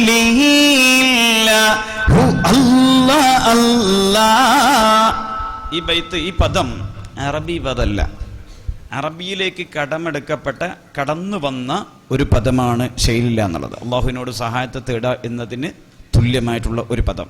അതിനെ സംബന്ധിച്ച് ഇമാം അലവി റളിയല്ലാഹു തആല അൻഹു തൻ്റെ ബിഗ്യത്തുൽ മുസ്തർഷിദീൻ എന്ന കിതാബിൽ, റഫർ ചെയ്യുന്ന ആളുകൾക്ക് നോക്കാൻ പറ്റുന്നതാണ്, ബിഗ്യത്തുൽ മുസ്തർഷിദീൻ എന്ന കിതാബിൽ ഈ പദത്തിനെ സംബന്ധിച്ച് ചർച്ച ചെയ്തിട്ടുണ്ട്. നോക്കുക. ഇത് നമ്മൾ ചർച്ച ചെയ്യുന്നത്, ഈ ദഫ് രണ്ട് ഇനമുണ്ട്. നോക്കാം, രണ്ട് വിധമുണ്ട്. ഒന്ന് ദഫുൽ അറബി, രണ്ടാമത്തെ ദഫുൽ അജമി. ദഫുൽ അറബ് എന്ന് പറയുന്നത് വഹിയ ഇമ്മാനു ഹൽഖിൻ തുജ്അലു ദാഖിലുഹു, നിർത്തട്ടെ, അടിഭാഗം തുറസായത്, അതിന് ദഫുൽ അറബി എന്ന് പറയുന്നു. അതുപോലെ ഇതിൻ്റെ അഗ്രഭാഗത്ത് പിത്തള കെട്ടിയതിനാണ് ദഫുൽ അറബ് എന്ന് പറയുന്നത്. ഇത് യഥാർത്ഥത്തിൽ ദഫുൽ അറബാണ്. ദഫുൽ അജമി എന്ന് പറഞ്ഞാൽ വഹിയ സനൂജുൻ ഇറാദു മിൻ സുഫിരിൻ തുജ്അലു ഫീ ഖുറൂഖി ദാഇറതിഹി, അഥവാ ഫ്രെയിമിൻ്റെ ഇടയിൽ പിച്ചള കെട്ടലോടുകൂടി ജലങ്ക ഘടിപ്പിച്ച ഒരു തരം ദഫിന് ദഫുൽ അറബ് എന്ന് പറഞ്ഞു. അതാണ് നമ്മൾ ഇന്ന് കേരളത്തിൽ കാണുന്ന അറബന. അറബന എന്നുള്ള പദം അറബിയിൽ കാണാൻ പറ്റൂല. അറബന എന്നുള്ള ദഫുൽ അജമിയാണ് ഇങ്ങോട്ടേക്ക് കടന്നു വന്ന ഒരു ദഫാണ് അത്. അറബന 12 ഇഞ്ച് വ്യാസത്തിലാണ്. ഞാൻ പറഞ്ഞു തരാം. ഇനി രണ്ടാമത്തത് ചില ആളുകൾ ഉന്നയിക്കുന്ന ഒന്നുണ്ട്. ഒരു ഹദീസും കൂടി നിങ്ങൾക്ക് പറഞ്ഞുതരാം. ദഫ് പോലത്തെ വേറെ ഒരു ഉപകരണമുണ്ട് ഗിർബാല് എന്നുള്ളത് ചില ആളുകളെ പ്രഭാഷണത്തിലൊക്കെ കാണാം. ഈ അബ്ദുള്ള മാഷ് കരവാരക്കുണ്ടിനെ പോലത്തെ ആളുകളൊക്കെ അങ്ങനെ പ്രഭാഷണം ചെയ്യുന്നത് ഞാൻ കേട്ടിട്ടുണ്ട്. യഥാർത്ഥത്തിൽ അത് തെറ്റാണ്. അതെന്താ പറയാൻ കാരണം എന്ന് പറഞ്ഞാണെങ്കിൽ ഇബ്നു മാജ തങ്ങൾ റിപ്പോർട്ട് ചെയ്ത ഒരു ഹദീസിൽ കാണാം, നിക്കാഹിന്റെ ബാബിൽ അതിൽ പറഞ്ഞ ആയിഷ റളിയല്ലാഹു തആല നബി സല്ലല്ലാഹു അലൈഹി വസല്ലം ഖാൽ അഅ്ലിനു ഹാദൻ നിക്കാഹ് വളിരിബു അലൈഹി ബിൽ ഗിർബാൽ. നിക്കാഹ് നിങ്ങൾ പരസ്യപ്പെടുത്തുക, അതിൽ നിങ്ങൾ ഗിർബാല് മുട്ടുക എന്ന് ഓർ പറഞ്ഞിട്ടുണ്ട്. ഈ ഹദീസിൽ ഗിർബാലി എന്ന് പറഞ്ഞാണെങ്കിൽ എന്ത് എന്നുള്ളത് അല്ലാമ സിന്ദി റളിയല്ലാഹു തആല തന്റെ ഹാഷിയിൽ ഈ ഹദീസ് വിശദീകരിച്ചു കൊണ്ട് പറയുന്നു, അൽ ഗിർബാലു അദ്ദഫു. ഗിർബാലി എന്ന് പറഞ്ഞാൽ ഒരു തരം ദഫ് തന്നെയാണ്. അബ്ബറ അൻഹു, ഹദീസിൽ ഇങ്ങനെ ഇബാറത്ത് ഇടാൻ കാരണം ലിഅന്നഹു യശ്ബഉൽ ഇർബാല ഫി ഇസ്തിദാറതിഹി, ദഫ് എന്നുള്ളത് ഗിർബാലിനോട് സാമ്യമായതുകൊണ്ടാണ്. അതായത് ദഫിന്റെ ദൗറ, ഇതിന്റെ ചുറ്റളവ്. ഇർബാലി എന്ന് പറഞ്ഞാണെങ്കിൽ ഇവിടെ എന്തെന്നാ പറയാന്നറിയില്ല, ഈ പൊടി ഇതാക്കുന്നതിന് എന്തെന്നാ പേര് പറയും, ഇങ്ങനെ തരിപ്പാന്നോ അരിപ്പാന്നോ, അരിപ്പ, അതിന് പറയുന്ന പേരാണ് ഗിർബാൽ എന്നുള്ളത്. അതിനോട് സാമ്യമായതുകൊണ്ടാണ് ഹദീസിൽ ഈ പേര് പദപ്രയോഗം നടത്താൻ കാരണമെന്ന് പിന്നെ അല്ലമ സിന്ദി റളിയല്ലാഹു തആല തന്റെ ആശയിൽ പറഞ്ഞിട്ടുണ്ട്. ഈ വിഷയം സയ്യിദ് മുഹമ്മദ് ഇബ്നു സയ്യിദ് മുഹമ്മദ് തങ്ങൾ തന്റെ തശവ്വുഫുൽ അസ്മാ എന്ന കിതാബിൽ വളരെ വ്യക്തമാക്കി പറഞ്ഞിട്ടുണ്ട്. പേജ് നമ്പർ 4 ഓർ പറഞ്ഞിട്ടുണ്ട്. ഇർബാലി എന്നുള്ളത് ധാന്യപ്പൊടി തരിക്കാൻ ഉപയോഗിക്കുന്ന തരിപ്പക്ക് പറയുന്നൊരു പേരാണെന്ന് മുഖ്താർ സിഹാഹ് പേജ് നമ്പർ 356 വ്യക്തമാക്കിയിട്ടുണ്ട്. ഇൻഷാ അല്ലാഹ് ഇനി നമുക്കൊരൊറ്റ കാര്യം കൂടിയും പറഞ്ഞിട്ട് നിർത്താം. ഒരു ഇശൽ വിരുന്നും കൂടി ഇവിടെ നടക്കാനുണ്ട്. നിങ്ങളുടെ സംശയത്തിനുള്ള സമയവും തരാം. ദഫ് നിർമ്മാണത്തെ സംബന്ധിച്ച് നമ്മൾ പറഞ്ഞു കഴിഞ്ഞു. ഇനി ഇതിൻ്റെ വേഷം എന്നുള്ളത് കോമ്പറ്റീഷനിൽ, മത്സരത്തിൽ അതിൽ വെള്ള ജുബ്ബ, അതുപോലെ കരയില്ലാത്ത തുണിയാണ് വേണ്ടത്. ഏത് തുണി? കരയിലുള്ള തുണിയാണെങ്കിൽ നമ്മൾ പെടുമോ? ഇല്ല. കരയുള്ള തുണി നമ്മൾ പെടൂലല്ലോ. ഇല്ല, കരയുള്ള തുണി പറ്റൂല. ഇപ്പോൾ ഒരു ഉസ്താദ് ഒരു കരയുള്ള തുണി കൊടുത്താൽ എങ്ങനെ ഉണ്ടാകും? അല്ലേ, പറ്റുമോ? ഇല്ല. അപ്പോൾ കരയില്ലാത്ത വെള്ള തുണിയും വെള്ള ജുബ്ബയും വാലുള്ള തലപ്പാവുമാണ് ഇതിൻ്റെ വേഷം. ഇതിൻ്റെ വിധി നിർണയത്തിൻ്റെ മാനദണ്ഡങ്ങളെ നമുക്ക് ചർച്ച ചെയ്യാം. ബൈത്ത്, താളം, ലയം, വേഷം, അവതരണം. പറഞ്ഞാട്ടെ. ബൈത്ത്, താളം. താളം നമ്മൾ മനസ്സിലാക്കി കഴിഞ്ഞില്ലേ? പ്രാഥമിക താളം പഠിച്ചു കഴിഞ്ഞു. ബൈത്ത്, താളം, ലയം, വേഷം, അവതരണം. ലയം മനസ്സിലായിണോ? മനസ്സിലായിണോ? ഇല്ല. ലയം കാണിച്ചു തരാം. നോക്കാൻ ഇവനെ ഇതിൽ കളരി പഠിച്ച ആരെങ്കിലും ഈ കൂട്ടത്തിലുണ്ടോ? ആരുമില്ല. ആരുമില്ല. ഒരാളെങ്കിലും ഒരാളുണ്ടല്ലോ അതിൽ ലാസ്റ്റ് ഇരിക്കുന്ന ആള്. ആ ലാസ്റ്റ് ഇരിക്കുന്ന ആള് കളരി പഠിച്ചിട്ടില്ലേ? ആ തിരിഞ്ഞു നോക്കിയ ആള് ഇല്ല. കളരി പഠിച്ചു കഴിഞ്ഞാണെങ്കിൽ ഇതിൽ ശരിക്കും പെട്ടെന്ന് ഇത് മനസ്സിലാക്കാൻ പറ്റും. കളരി പഠിച്ച ആളുകൾക്ക്. ഞാൻ പഠിച്ചത് കൊണ്ട് പറയല്ല, ഞാൻ ആ ഭാഗം ബുക്കിൽ നോക്കി വായിച്ചതാണ്. കളരി പഠിച്ച നിങ്ങൾ ഈ സ്റ്റെപ്സൊക്കെ നിങ്ങൾ നോക്കിയാണെങ്കിൽ നിങ്ങൾക്ക് ശരിക്കും മനസ്സിലാക്കാൻ പറ്റും കളരിയുടെ സ്വാധീനം എത്രത്തോളം ഇതിലുണ്ട് എന്ന് നമുക്ക് നോക്കാം. അതോടുകൂടി ലയം എങ്ങനെയാണെന്നുള്ളത് ഞാൻ പറയുന്ന സമയത്ത് നിങ്ങൾ ഇതിലേക്ക് ഇവൻ്റെ മുഖത്തേക്ക് മാത്രം ശ്രദ്ധിച്ചാൽ മതി. അപ്പം ശരിക്കും മനസ്സിലാവും. ബിസ്മില്ലാ തവസ്സലാം. ശരിക്കും നോക്കിയാൽ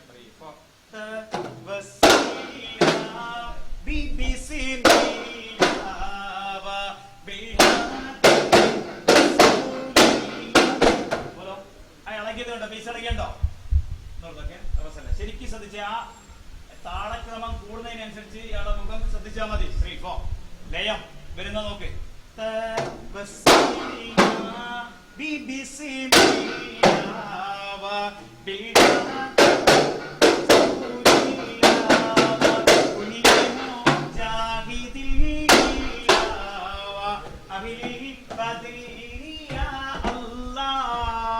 ഇയാള് കളിക്കുന്നവരെ എനിക്ക് കളിക്കാൻ കഴിയില്ല.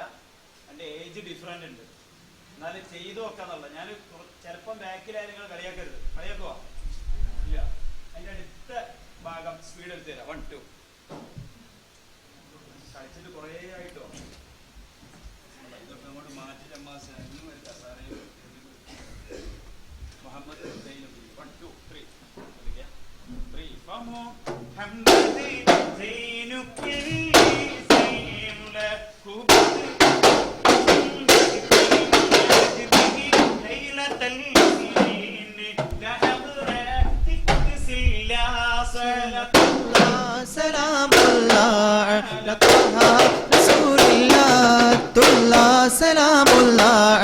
യാസീൻ ഹബീബില്ലാ. വൈകിലായിപ്പോയിട്ടുണ്ടോ? പിറകിലൊക്കെ കൃത്യമായിട്ട് വന്നോ?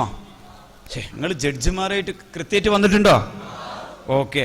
അപ്പൊ ഈ ഊരന്റെ നിങ്ങൾ ശ്രദ്ധിച്ചിട്ടുണ്ടാവും, ഹിപ്പിന്റെ ഭാഗത്തിന്റെ കറക്കങ്ങൾ ശ്രദ്ധിച്ചോ?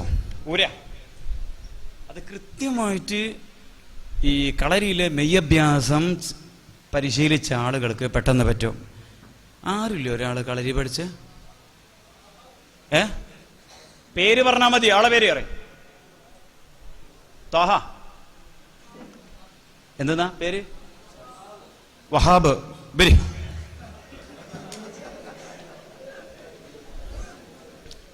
വേമ്പരി വഹാബ് എന്ന് പറഞ്ഞാൽ ഇങ്ങോട്ട് വരിക, കടന്നു വരിക.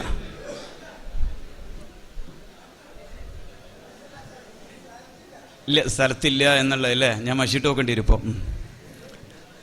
ഏതാവട്ടെ, കളരി പഠിച്ചാണെങ്കിൽ അതിൻ്റെ മെയ്യഭ്യാസം പഠിച്ചു കഴിഞ്ഞാണെങ്കിൽ, മെയ്യഭ്യാസത്തിൻ്റെ ഒരു 6 ഭാഗങ്ങൾ നമ്മൾ പഠിച്ചു കഴിഞ്ഞാൽ വളരെ കൃത്യമായിട്ട്, അതായത് 6 ഭാഗം എന്ന് പറഞ്ഞാൽ അതിൻ്റെ ഒന്നാമത്തെ ഭാഗം തന്നെ അമർച്ചയിൽ ഇടത്ത് കൂട്ടി വെച്ച് വലത്തരച്ച് ചോട്ടി വലത്ത് കൂട്ടി മാറി ഇടത്ത് കൂട്ടി തുകച്ച് മറന്ന് ഉറുന്ന് വലത്തി വീശി ഇടത്ത് വീശി വലമറച്ചാഞ്ഞ മറന്ന് ഈ ഭാഗം സ്വായത്തമാക്കിയെടുത്താൽ ഈ ഊര വളരെ കൃത്യമായിട്ട് നമുക്ക് ഇതാക്കാൻ പറ്റും. മരിക്കുന്നത് വരെ ഊരവേദന ഉണ്ടാകുകയില്ല. നമ്മളിപ്പോൾ എൻ്റെ ഉപ്പം വഫാത്തായത് 95-ാമത്തെ വയസ്സിലാണ്. തലവേദന ഞാൻ കണ്ടിട്ടില്ല, പനി ഞാൻ കണ്ടിട്ടില്ല, അതുപോലെ ഊരവേദന ഒരു പ്രശ്നം ഉണ്ടാക്കിയില്ല. നല്ല 95-ന് നല്ല ഓക്കെ ഉസ്താദിൻ്റെ കൂടെ ഒന്നിച്ചിട്ട് ദർസിലുണ്ടായിരുന്നു. അല്ലാഹു തആല അവിടുത്തെ ദർജ ഉയർത്തി കൊടുക്കുമാറാവട്ടെ കേട്ടോ. അപ്പം ഇൻഷാ അല്ലാഹ്, അപ്പോൾ അത് വിധി നിർണയത്തിൻ്റെ ബൈത്ത്, താളം, ലയം, വേഷം, അവതരണം. പിന്നെ നിങ്ങൾ ശ്രദ്ധിക്കേണ്ടത്, ദഫ് തലൻ്റെ മുകളിലേക്ക് ഉയരുവാനോ കാലിൻ്റെ മുട്ടിൻ്റെ തായോട്ട് പോകുവാനോ പാടില്ല. അത് ലിഖിത നിയമത്തിൽപ്പെട്ടല്ല, അലിഖിത നിയമങ്ങളിൽപ്പെട്ടതാണ്. അങ്ങനെ ചില കാര്യങ്ങളുണ്ട്. ചിലത് ഗുരുമുഖത്തു നിന്ന് നേരിട്ട് കിട്ടുന്ന സംഭവങ്ങളിൽപ്പെട്ട ഒന്നാണ് ദഫ് തലൻ്റെ മുകളിലേക്ക് പോകാനോ പിന്നെ കാലിൻ്റെ മുട്ടിൻ്റെ തായോട്ട് വരുവാനോ പാടുള്ളതല്ല. ഇൻഷാ അല്ലാഹ് ഈ അധ്യായം നമുക്ക് ഇവിടെ തൽക്കാലം കോഴ്സ് ചെയ്യാം.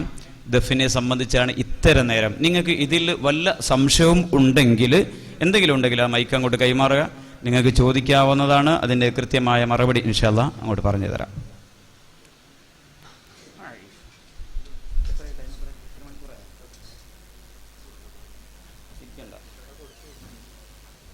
ആർക്കെങ്കിലും സംശയം ഉണ്ടെങ്കിലും മൈക്ക് കൊടുത്തോളി. ഇല്ലേ, കോഡ്ലെസ് ഇല്ലേ?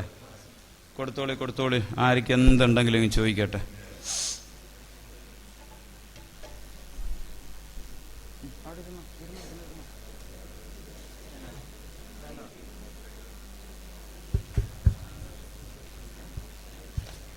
ഈ ദഫിന്റെ വേഷത്തിന്റെ പാരമ്പര്യം എവിടുന്ന്? വേഷപാരമ്പര്യം. ഇപ്പൊ ജുബയും കരയില്ലാത്ത തുണി മനസ്സിലാകുന്നില്ല ചോദ്യം. ജുബയും കരയില്ലാത്ത തുണിയാണ്, അതേപോലെ വാലുള്ള തലപ്പാവും എന്ന് പറഞ്ഞു. ഈ പാരമ്പര്യം, ഇതിന്റെ പാരമ്പര്യമായിട്ട് ഇങ്ങനെ വരാൻ കാരണം എന്താ? പാരമ്പര്യം ഈ വേഷത്തിന്റെ പാരമ്പര്യം എവിടെന്നാ? വാലുള്ള തലപ്പാവിന് എന്താ കുഴപ്പം? കുഴപ്പമില്ല, അതുകൊണ്ടല്ല. പാരമ്പര്യ ശൈലി അത് തന്നെയല്ലേ? അല്ല, മുതുവിലൂടെ വാല് നീട്ടിയിട്ടുള്ള തലപ്പാവല്ലേ? അപ്പൊ പാരമ്പര്യ വേഷം തന്നെ അത്. ജുബ്ബ എന്നത് കൊണ്ട് ഉദ്ദേശിക്കുന്നത്, ജുബ്ബ അതൊരു ചോദ്യ. ജുബ്ബ എന്നുള്ളത് കൊണ്ട് ഉദ്ദേശിക്കുന്നത് ആദ്യം ഉപയോഗിച്ച് നമ്മുടെ ഷർട്ട് ഉണ്ടല്ലോ, ഈ ഷർട്ടല്ല, നമ്മുടെ സാധാ ഇപ്പൊ ഈ ജുബ്ബല്ല ശരിക്ക് പാരമ്പര്യ വേഷം. ഏതാണ്? ഇന്ന് ഉസ്താദുമാര് നമ്മളിപ്പോ ഒരു വിപ്ലവം സൃഷ്ടിച്ചില്ലേ? AP ഉസ്താദിന്റെ വലിയൊരു വിപ്ലവമാണ്. നമ്മുടെ 89, 90, 91, 92 കാലയളവിലൊക്കെ വ്യത്യസ്തമായ വേഷങ്ങളാണ് ഉണ്ടായിരുന്നത്. ഉസ്താദുമാരുടെ ഇടയിൽ വ്യത്യസ്തമായ വേഷങ്ങൾ, കുടുക്കുള്ള ഷർട്ട് ഇട്ടിട്ടുണ്ട്, അല്ലാത്ത ഇട്ടിട്ടുണ്ട്, കളറ് ഷർട്ട് ഇട്ടിട്ടുണ്ട്. ഉസ്താദിന്റെ വരവോട് കൂടിയാണ് ശരിക്ക് പിന്നും നമ്മൾ എന്താ ട്രഡീഷണലിലേക്ക് പോയത്. അപ്പം ആ വേഷമാണ് ശരിയായ വേഷം. ഇന്ന് നമ്മൾ സ്വീകരിച്ച വേഷം ജുബ്ബയാണ്. വൈറ്റ് ജുബ്ബ ഉണ്ടല്ലോ, അത് അത് സ്വീകരിക്കാനുണ്ടായൊരു കാരണം പാരമ്പര്യത്തിൽ നിന്ന് വല്ലാതെ വ്യതിചലിക്കാതെ കിട്ടി എന്നുള്ള നിലക്കാണ്. ഓക്കെ,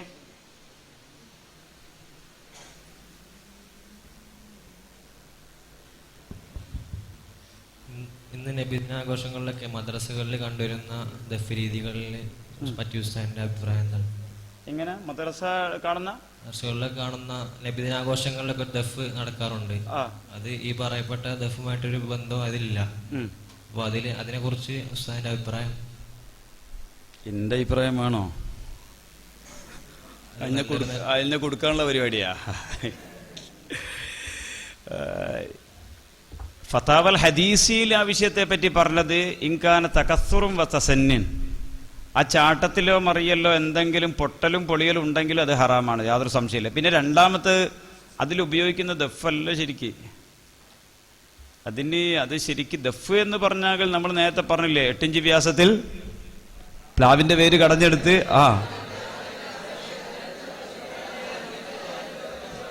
ആധികാരികമായിട്ട് ഇതിനൊരു കിതാബുണ്ട്, അതും ഞാൻ പറഞ്ഞുതരാം. ഇവിടെ ഉണ്ടോ എന്നറിയില്ലേ, നിങ്ങൾക്ക് ഇല്ലെങ്കിൽ ഞാനൊരു കോപ്പി ഇൻഷാ അല്ലാ നിങ്ങൾക്ക് ലൈബ്രറി സൂക്ഷിക്കാൻ ഒന്ന് ഞാൻ തരാം. പിന്നെ തശവ്വുഫുൽ അസ്മാഗ് എന്ന് പറഞ്ഞൊരു കിതാബ്, അത് അഹമ്മദ് കോയ ഷാലിയാത്തി തങ്ങൾ അവതാരിക എഴുതിയിട്ട് സെയ്ദ് മുഹമ്മദ് ബിൻ സെയ്ദ് മുഹമ്മദ് തങ്ങൾ, അഥവാ ചാവക്കാട് കോയക്കുട്ടി തങ്ങൾ, അദ്ദേഹം 960 ഡിസംബർ 1 വഫാത്തായി. ചാവക്കാട് ബുഖാറയിലാണ് മഹാനവറുകളുടെ ഖബറുള്ളത്.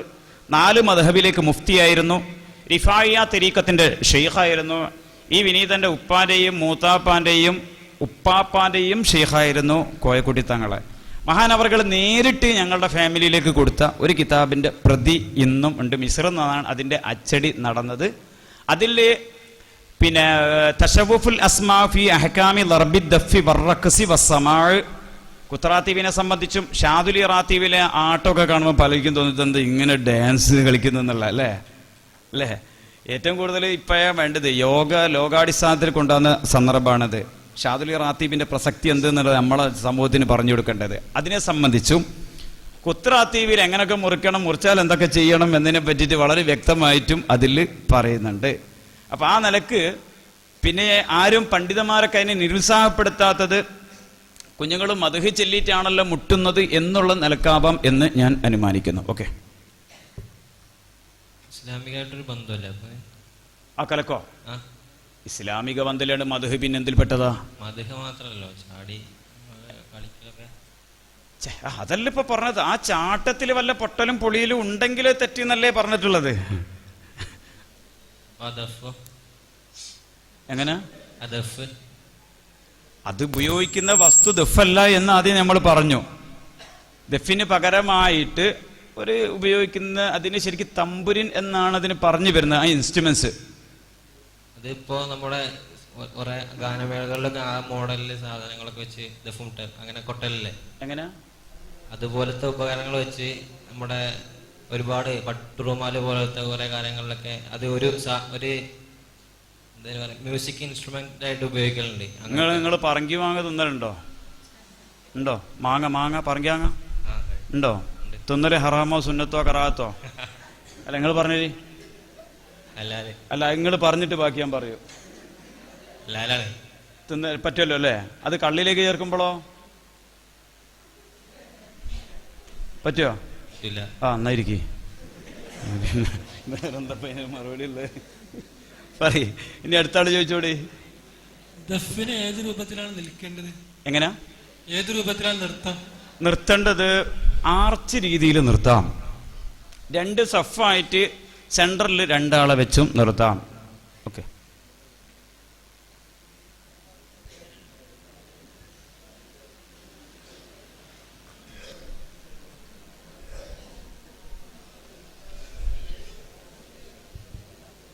ഉസ്താദ് ഇപ്പൊ കാണിച്ചു തന്ന അതേ രൂപത്തിലായിരുന്നു നബി തങ്ങളുടെ കാലത്തും ദഫ്മുട്ട് ഉണ്ടായിരുന്നത്. എങ്ങനെയാ? ഉസ്താദ് ഇപ്പൊ കാണിച്ചു തന്ന അതേ രൂപത്തിലായിരുന്നു നബി തങ്ങളുടെ കാലത്തും ദഫ്മുട്ട് ഉണ്ടായിരുന്നത്. നബി തങ്ങളുടെ കാലത്തുണ്ടായത് അതേ രൂപത്തിലായിരുന്നോ എന്നാണോ ചോദിച്ചത്? ആ രീതി ഒന്നാണ്. ആ രീതിയിൽ അത് നമ്മൾ നേരത്തെ ചെയ്തില്ല. 5-ാം നൂറ്റാണ്ടിൽ ദഫ്മുട്ടിന് മാറ്റം വരുത്തിയിട്ടുണ്ട്.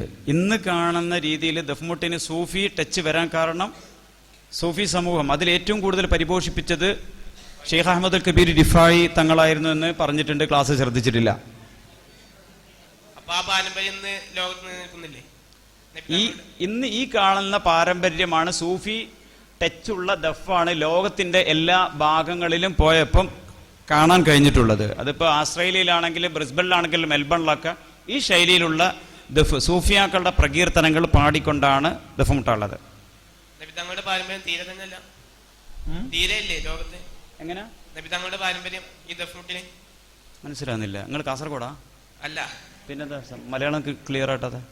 നബി തങ്ങളുടെ കാലത്തുണ്ടായിരുന്ന ആ പാരമ്പര്യം ഇന്ന് തീരെ ലോകത്ത് നിലനിൽക്കുന്നില്ലേ? നബിത്തങ്ങളുടെ കാലഘട്ടത്തിൽ ഉണ്ടായിരുന്ന പാരമ്പര്യത്തെ പരിപോഷിപ്പിച്ചെടുത്തത് സൂഫി സമൂഹമാണ്. ആ സൂഫിയാക്കളെ, അതായത് മുത്താവുമല്ലോ, മുത്താവു എന്ന് പറഞ്ഞാൽ മനസ്സിലായോ? പടച്ച തമ്പുരാനെ വൈപ്പെട്ട ആളുകൾ പിന്നെന്താകും? അവരെ വൈപ്പെടുന്നൊരവസ്ഥ. അപ്പൊ നമ്മളെന്താ ഷെയ്ഖുന ഖുതുബുൽ ആലം സിയം വലില്ലാഹിൽ മടബൂരി അല്ലേ നമ്മളിപ്പം വിളിക്കുന്നുള്ള സിയം വലിയുല്ലാ, സിയം വലിയുല്ലാ, സിയം വലിയുല്ലാ അൽമാദദിയ അല്ലാ. ആ കാലഘട്ടത്തിൽ അവര് ഹബീബിന റസൂലുള്ളാഹി സ്വല്ലല്ലാഹു അലൈഹി വസല്ലം തങ്ങളെ പ്രകീർത്തിച്ചുകൊണ്ട് പാട്ടുപാടി ബൈത്ത് ചൊല്ലി. പിൽക്കാലത്ത് സൂഫിയാക്കൾ എന്താക്കി? പ്രകീർത്തിച്ച് പാടി. അവർ അള്ളാഹുവിനെ വൈപ്പെട്ട് ജീവിച്ചപ്പോൾ പിന്നെ അവരെന്താക്കി?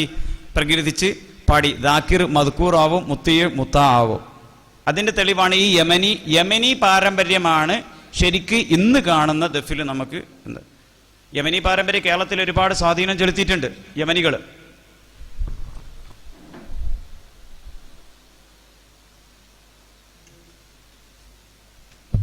അറബനുണ്ട് അവിടെ.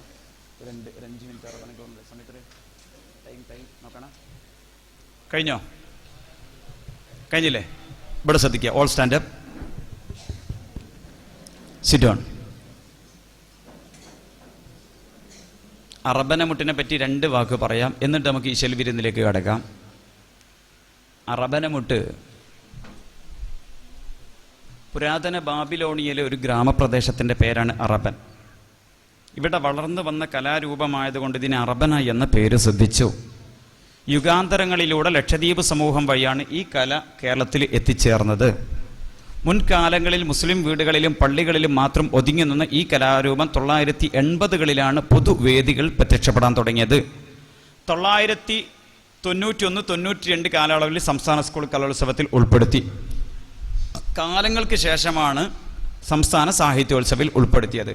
ഏത് വർഷമായിരിക്കും എന്നറിയോ? 2003 അല്ല, 2000 ഇവിടെ ആരൊന്നും പറഞ്ഞല്ലോ. 2011 2011 അന്ന് സാഹിത്യോത്സവം നടന്ന മഅദിൻ അക്കാഡമിയിലാണ്. ആ സാഹിത്യോത്സവിലാണ് അറബനമുട്ട് ആദ്യമായിട്ട് ഉൾപ്പെടുത്തിയത്. ദഫും അറബനയും തമ്മിലുള്ള വ്യത്യാസങ്ങൾ എന്ത്? ദഫും അറബനയും തമ്മിലുള്ള വ്യത്യാസം നോക്കുക. വ്യാസത്തിൽ വ്യത്യാസമുണ്ട്. ദഫ് 8 ഇഞ്ച് വ്യാസമല്ല നമ്മൾ പറഞ്ഞതല്ലേ, ഇത് 12 ഇഞ്ച് വ്യാസത്തിലാണ് പറഞ്ഞത്. നേരത്തെ പറഞ്ഞ ഈ ഫ്രെയിമിനുള്ളിലുള്ള കീറലുകൾ, അതുപോലെ ആട്ടിൻ തോല് സ്ഫുടം ചെയ്തിട്ട് തന്നെയാണ് ഇതിലും പ്രത്യേക തരം ഗമ്മുണ്ടാക്കിയിട്ട് ഒട്ടിക്കുകയാണ്. ചരട് മുറുക്കി ശ്രുതി നിയന്ത്രിക്കാൻ സാധ്യമല്ല. പിന്നെ ഇതിന് നല്ല ടോണ് കിട്ടണമെന്നുണ്ടെങ്കിൽ ചിലപ്പോൾ നമ്മൾ തണുപ്പുള്ള പ്രദേശങ്ങളിലൊക്കെ പോയി കഴിഞ്ഞാൽ ഇതിൻ്റെ ടോണ് മാറും. അപ്പം നാദ വ്യത്യാസം വരുമ്പോൾ ചിരട്ടൻ്റെ കണലിട്ടിട്ട് ചൂടാക്കുക. എങ്കിൽ ചൂടത്ത് വെച്ചു കൊടുത്താണെങ്കിൽ നല്ല കൃത്യമായ നാദത്തിലേക്ക് എത്താൻ പറ്റും. ഇതാണ് അറബനെ പറ്റി ഞാൻ വളരെ ഷോർട്ടായിട്ടാണ് പറഞ്ഞത്. വേഷമൊക്കെ അതേ രീതിയിലുള്ള വേഷം തന്നെയാണ്. ബൈത്തുകളിൽ ചില വ്യത്യാസം ഉണ്ടാവും. ഇമാം അബുൽ ഹസൻ ഷാദുലി, ശരിക്കും ശ്രദ്ധിക്കണേ, ഇമാം അബുൽ ഹസൻ ഷാദുലി തങ്ങളുടെ തെരീക്കത്തിൽ, അവരുമായിട്ട് ബന്ധപ്പെട്ട തെരീക്കത്തിൽക്കാരാണ് കൂടുതൽ ഇതിനെ പരിപോഷിപ്പിച്ചിട്ടുള്ളത്. അവരുടെ മഹാനവറുകളുടെ ബൈത്തുകളാണ് ഇതിൽ കൂടുതൽ ചെല്ലി വരാറുള്ളത്. നസീമുൽ വസൂലി ഹബ്ബ അലാ നദാമാതി ഫഅസ്കറഹും ഫമാ ശരിബു മുദാമത ഫമാ തുടങ്ങിയ വരികളാണ് ഇതിലേറ്റവും കൂടുതൽ ചെല്ലി വരാറുള്ളത്. ദഫിൻ്റെ ബൈത്തും അർബനയുടെ ബൈത്തും തമ്മിലുള്ള വ്യത്യാസം, അർബന ഒരു കളരി അഭ്യാസിയുടെ മെയ്വഴക്കത്തോടു കൂടിയാണ് ചെയ്യാറുള്ളത്. ഒരു ചടുലത ഉണ്ട്. ദഫ് പതിഞ്ഞ താളത്തിൽ തുടങ്ങി ദ്രുത താളത്തിൽ അവസാനിക്കുന്നെങ്കിൽ അർബനയുടെ തുടക്കം തന്നെ ദ്രുത ചലനത്തിലാണ് തുടങ്ങുക. കളരി അഭ്യാസിയുടെ മെയ് വഴക്കത്തോടു കൂടിയാണ് തുടങ്ങാം. അല ബിദിക്രില്ല സലാമുനാ ജല്ല അല്ലാ അല്ലാ തുടങ്ങിയ ബൈത്തുകളാണ് ഇതിൽ തുടക്കത്തിൽ ഉപയോഗിച്ച് വരാറുള്ളത്. അങ്ങനെ ഒരുപാട് വ്യത്യസ്തമായ ബൈത്തുകൾ തന്നെ നല്ല വ്യത്യാസങ്ങൾ ദഫിലും അറബനയിലുണ്ട്. ദഫിൻ്റെ ഏറ്റവും വലിയ മൂർത്തമായ രൂപമാണ് കുത്റാത്തീബ്. നിങ്ങൾ കണ്ടിട്ടുണ്ടോ? കുത്റാത്തീബ് കണ്ടിട്ടുണ്ടോ? കാണാൻ പൂതിയുണ്ടോ? എങ്കിൽ എൻ്റെ CD ഉണ്ടാവും ഇൻഷാ അല്ലാ. 100 രൂപ കൊടുത്തിട്ട് ഓരോരുത്തർ വാങ്ങിക്കണ്ടാൽ മതി. ഞാൻ കൊടുത്തേക്കുന്നുണ്ട് ഇൻഷാ അല്ലാ. റിഫായി തരീഖത്തനുസരിച്ചിട്ട് അവിടുത്തെ ഔറാദുകളൊക്കെ മഹാന്മാരായ ഉസ്താദിൽ നിന്ന് കിട്ടിയ ഇജാസത്തനുസരിച്ചിട്ട് അതിൻ്റെ റിയാദകളൊക്കെ വീട്ടിയാൽ നമുക്ക് ചെയ്യാൻ പറ്റും. അത് ഉപയോഗിക്കൽ, ആയുധം ഉപയോഗിക്കൽ, റബ്ബിൻ്റെ സഹായം പതിവായി കിട്ടുന്നുവെങ്കിൽ ഉപയോഗിക്കൽ ജായിസാണെന്ന് ഇമാം ഇബ്ൻ ഹജർ ഹൈതമി റളിയല്ലാഹു തആല അൻഹു പറഞ്ഞിട്ടുണ്ട്. ഞാൻ നേരത്തെ പറഞ്ഞ തശവ്വുഫുൽ അസ്മാ അത് രചിക്കാനുണ്ടായ കാരണം തന്നെ കുത്റാത്തീബിൽ ഒരുപാട് ചോദ്യങ്ങൾ വന്നപ്പോഴാണ്. ചാവക്കാട് സെയ്ദ് മുഹമ്മദ് ബിൻ സെയ്ദ് മുഹമ്മദ് തങ്ങൾ അഥവാ കോയക്കുട്ടി തങ്ങളെന്നാണ് അവരുടെ വിളിപ്പേര്. അവർ രചിക്കാനുണ്ടായ കാരണം തന്നെ അതാണ്. അതിൻ്റെ 14-ാമത്തെ പേജിൽ ഖാത്തിമത്തുൻ ഫീ ദിക്രിൽ അഷ്യാ അല്ലത്തി ഇഅ്താദഹ അസ്ഹാബു തരീഖത്തി ദിഫാഇയ അത്തഅനു ബിദ്ദബൂസി വഗൈരിഹി വഇദ്ഖാലുൻ നാരി ഫിൽ ഫമി വഅഖദ് നഹ്വിൽ ഹയ്യാത്ത്. അഥവാ റിഫായി തരീഖത്തിൻ്റെ അഹ്ലുകാർ ചെയ്യുന്ന ചില കാര്യങ്ങൾ, ദബ്ബൂസ് പോലത്തെ ആയുധം വയറ്റിലേക്ക് കുത്തിയിറക്കുക. ദബ്ബൂസ് എന്ന് പറഞ്ഞാൽ മനസ്സിലായണോ? ഒരു തരം ചെറിയ ദണ്ട്, അഗ്രഭാഗം നല്ല മൂർച്ചയുള്ളത്, അത് കുത്തിയിറക്കുക. വസിക്കീനി കത്തി പോലത്തത് കൊണ്ട് വയറ് മുറിക്കുക, നാവ് മുറിക്കുക, ശൂലം കയറ്റുക. ഇദ്ഖാലുൻ നാരി ഫിൽ ഫമി, തൊള്ളയിലേക്ക് തീ എടുത്ത് വെക്കുക. ഇത്തരം കാര്യങ്ങൾ അത് ഉപയോഗിക്കുന്ന സമയത്തിൽ അവർക്കൊരു പ്രയാസം ഉണ്ടാവുന്നില്ല. അവർ മഹാന്മാരായ ഔലിയാക്കന്മാരെ തവസ്സുൽ ചൊല്ലിക്കൊണ്ട് അങ്ങനെ ചെയ്യുന്നുണ്ടെങ്കിൽ ഈ റാത്തീബിൽ ആയുധം ഉപയോഗിക്കൽ ജായിസാണെന്ന് അഹമ്മദ് കോയ ശാലിയാത്തി തങ്ങൾ അവതാരിക എഴുതിയ തശവ്വുഫുൽ അസ്മാ എന്ന കിതാബിൽ വ്യക്തമാക്കിയിട്ടുണ്ട്. ഇത് തന്നെയാണ് ഇമാം അലവി തങ്ങൾ തൻ്റെ ബിഗിയത്തുൽ മുസ്തർഷിദീൻ എന്ന കിതാബിൻ്റെ അവസാന ഭാഗത്ത് ബാബു ഖവാരിഖുൽ ആദാത്ത് റഫർ ചെയ്തിരിക്കണം. നിങ്ങൾ ബാബു ഖവാരിഖുൽ ആദാത്ത് എന്ന് പറഞ്ഞിട്ട് ഒരു അധ്യായമുണ്ട്. അസാധാരണ സംഭവങ്ങളെ സംബന്ധിച്ച് പറയുന്നുണ്ട്. സ്വാഭാവികമായിട്ട് ചോദ്യം വരും, മുതുകാട് ഇങ്ങനെ ചെയ്യുന്നുണ്ടല്ലോ, മുതുകാട് സ്റ്റേജിൽ നിന്ന് ഒരു ആൻ എടുക്കുന്നുണ്ടല്ലോ അല്ലേ, മുതുകാട് സ്റ്റേജിൽ നിന്ന് ഒരു ആൻ എടുക്കുന്നുണ്ട്, അതുപോലെ തല വെട്ടുന്നുണ്ടല്ലോ. എങ്കിൽ ആ മുതുകാട് ചെയ്യുന്ന മേജിക്ക്, അതുപോലെ സിഹർ, മറ്റ് മന്ത്രവാദങ്ങളും കുത്റാത്തീബും തമ്മിലുള്ള വ്യത്യാസങ്ങളെ സംബന്ധിച്ച് ഇമാം അലവി റളിയല്ലാഹു തആല തൻ്റെ ബിഗയുടെ അവസാന ഭാഗത്ത് ബാബു ഖവാരിഖുൽ ആദാത്തിൽ വളരെ വിശദമായിട്ട് പറയുന്നുണ്ട്. നിങ്ങൾ നല്ലപോലെ റഫർ ചെയ്താൽ നിങ്ങൾക്ക് മനസ്സിലാകും. ഈ സമയത്ത് യാതൊരു വേദനയും അനുഭവിക്കുന്നില്ല എന്നുള്ളതാണ്. വേദനയെ ഉണ്ടാകുന്നില്ല. ഞാനത് ചെയ്തിട്ടുണ്ട്, പിന്നെ ഇയാൾ ചെയ്തിട്ടുണ്ട്, ഒരു വേദനയില്ല. നിങ്ങൾക്ക് അങ്ങനെ ഒരു ഉറപ്പുണ്ടെങ്കിൽ അത്തരം റാത്തീബ് നടക്കുമ്പം നിങ്ങൾക്കും ചെയ്യുന്നതുണ്ട്, കുഴപ്പമില്ല, നിങ്ങൾക്കും ജായിസാണ്. അതിലെ പേടിയുള്ള ഒരാൾ വന്നിട്ട് എന്താക്കാൻ പറ്റില്ല, ചെയ്യാൻ പറ്റൂലല്ലോ, അങ്ങനല്ലേ. ആ സമയത്ത് ബ്ലഡ് ഇങ്ങനെ ഒലിച്ചിങ്ങ് വരും, മുറി ശരിക്കും കാണാം. ഇപ്പം കഴിഞ്ഞ ദിവസം ഏർവാടിയിലുണ്ടായിരുന്നു വലിയ ഉറൂസ്. ഏർവാടി എന്ന് പറഞ്ഞാൽ പ്രത്യേക ഒരു മണ്ണാണത്, നല്ല ഹദൂരിയത്തുള്ള മണ്ണ്. ഇൻഷാ അല്ലാഹ് നാളെ ഇവിടെ ഇടം ഉണ്ടല്ലോ നമുക്ക്. കരിപ്പൂര് കുമ്മിണിപ്പറമ്പ് എന്നാണ് സ്ഥലത്ത്, വലിയ റിഫായ ഉണ്ട്. എന്തൊരു സ്ഥലമാണത്, കുമ്മിണിപ്പറമ്പ് എന്നാണ് തോന്നുന്നു. അവിടെ വലിയ റിഫായി മജ്ലിസ് നാളെ നടക്കുന്നുണ്ട്. ഇൻഷാ അല്ലാഹ് താല്പര്യമുള്ള ആളുകൾക്ക് അവിടെ വന്നാൽ നിങ്ങൾക്ക് നല്ല പോലെ കാണാം. നിങ്ങൾക്ക് വേണമെങ്കിലൊന്ന് മുറിച്ച് നോക്കാം. ഈ സമയത്ത് ഈ മുറിവിൻ്റെ ഭാഗത്ത് എന്താക്കാം, കൈവച്ച് ഉസ്താദുമാർ മശായിഖമാർ പഠിപ്പിച്ചു തന്ന ദിക്ർ ചൊല്ലിയിട്ട് ബിസ്മില്ലാഹി അൽ മദദ് ഗൗസുൽ ആലം സുൽത്താൻ മുഹിയുദ്ദീൻ വബിമദദ് ശൈഖുൽ അക്ബർ സയ്യിദ് അഹ്മദ് അൽ കബീർ റിഫായി എന്ന ദിക്ർ ചൊല്ലിയിട്ട് അവിടെ അങ്ങ് തടവുന്ന സമയത്തിൽ ബ്ലഡിൻ്റെ സർക്കുലേഷൻ ആകെ നിൽക്കുകയാണ് ചെയ്യുന്നത്. ഇത് നഗ്ന നേത്രങ്ങളെ കൊണ്ട് ഞങ്ങൾ കുട്ടിക്കാലത്തെ കാണുന്നതാണ്. ഇവരൊക്കെ ഭൗതിക മണ്ഡലത്തിൽ ഉയർന്ന വിദ്യാഭ്യാസമുള്ള ടീമാണ് ഞങ്ങളുടെ റിഫായി റാത്തീബിലുള്ളത്. അതിൽ MBBSകാരും സേഫ്റ്റി എഞ്ചിനീയർമാർ, BComമാർ, MComമാർ, MAക്കാർ തുടങ്ങിയ ഒരുപാട് സിവിൽ എഞ്ചിനീയർമാരൊക്കെയാണ് ആ റിഫായിയുടെ ഇഖ്വാനികളായിട്ട് ഉള്ളത്. അവരൊക്കെ ഇത് പ്രയോഗിക്കും. ആ സമയത്ത് ഈ തശൗഫുൽ അസ്മായിൽ പറയുന്നുണ്ട്, അവിടെ ഉമിനീരെടുത്തുകൊണ്ട് തേച്ചാൽ അത് വളരെ ഉചിതമാണ്, അത് മശായിഖന്മാരുടെ ഇജാസത്തോടുകൂടി ചെയ്യാൻ പറ്റുന്നതാണ്. ഉമിനീറിനെ പറ്റി ഞാൻ നിങ്ങൾക്ക് പറഞ്ഞു തരേണ്ട ആവശ്യമില്ലല്ലോ. ഇമാം ബൈലാവി റളിയല്ലാഹു തആല അൻഹു പറഞ്ഞു, ഉമിനീറിനെ സംബന്ധിച്ച് പറഞ്ഞ തതഅഖദു ഉഖൂലൽ ഇൻസാനിയ, മനുഷ്യന്റെ ബുദ്ധിയെ ഇരുത്തി ചിന്തിപ്പിച്ച് കളയുന്ന ഘടകം ഉമിനീരിലുണ്ട്. ഇനി അധികം അങ്ങോട്ടും ചിന്തിക്കണം. നിങ്ങൾ നോക്കുക, 6 സൗറിലിരുന്ന ഹബീബിന റസൂലുള്ളാഹി സ്വല്ലല്ലാഹു അലൈഹി വസല്ലമ തങ്ങള് അവിടെ സിദ്ദീഖ് റളിയല്ലാഹുവിന്റെ മടിയിൽ തലവെച്ച് കിടക്കുമ്പോൾ എല്ലാം പൊത്തും ബ്ലോക്കാക്കി, എല്ലാ മാളങ്ങളും ബ്ലോക്കാക്കി. ഒരു മാളം ബ്ലോക്ക് ഇട്ടത് എങ്ങനെ കാല് വെച്ചുകൊണ്ടായിരുന്നു സിദ്ദീഖുൽ അക്ബർ റളിയല്ലാഹു തആല അൻഹു. ആ സമയത്തല്ല സർപ്പം കൊത്തിയപ്പോൾ സിദ്ദീഖ് റളിയല്ലാഹുവിന് എന്ത് ചെയ്തു ഹബീബിന റസൂലുള്ളാഹി? അവിടുത്തെ ഉമിനീര് വെച്ചെന്താക്കി? തടവി കൊടുത്തു. ഈ പരമ്പര ഈ റിഫായി തരീഖത്തിലൂടെ ചെന്ന് ചേരുന്നത് ഹബീബിന റസൂലുള്ളാഹി. അതായത് റിഫായി തരീഖത്തില്, റിഫായി തരീഖത്ത് എന്ന് പറഞ്ഞാൽ ഒരു സംഭവമല്ല. തരീഖത്തുൽ ആലിയ, തരീഖത്തുൽ കുബ്ര, തരീഖത്തുൽ സൂറ, തരീഖത്തുൽ മുഅല്ലമ, ഇജാസത്ത് സുമ്മ്, ഇജാസത്ത് ഇസാലത്തിൽ അങ്കബൂത്ത് തുടങ്ങിയ ഇജാസത്തു ഇസാലത്തിൽ കിലാബ്, പേപ്പട്ടിയുടെ വിഷം തീർക്കാൻ, ചലന്തിയുടെ വിഷം തീർക്കാൻ, പാമ്പ് കടിച്ചാല് പാമ്പിനെ പിടിക്കുന്നത് അഖദുൽ ഹയ്യാത്ത് വേറെ ഒന്നുണ്ട്. പാമ്പ് കടിച്ചാല് നമ്മുടെ ഉപ്പ ഉള്ള സമയത്ത് ഉപ്പ കയ്യിൽ ഭയങ്കര പവറായിരുന്നു. ഈ പാമ്പ് കടിച്ചു കഴിഞ്ഞാൽ ഇപ്പൊ മന്ത്രിച്ചു കൊടുത്താൽ പറയും ഇനി ഹോസ്പിറ്റലിൽ കൊണ്ടുപോകേണ്ട ആവശ്യമില്ല, അതൊക്കെ ഒന്നും സംഭവിക്കില്ല.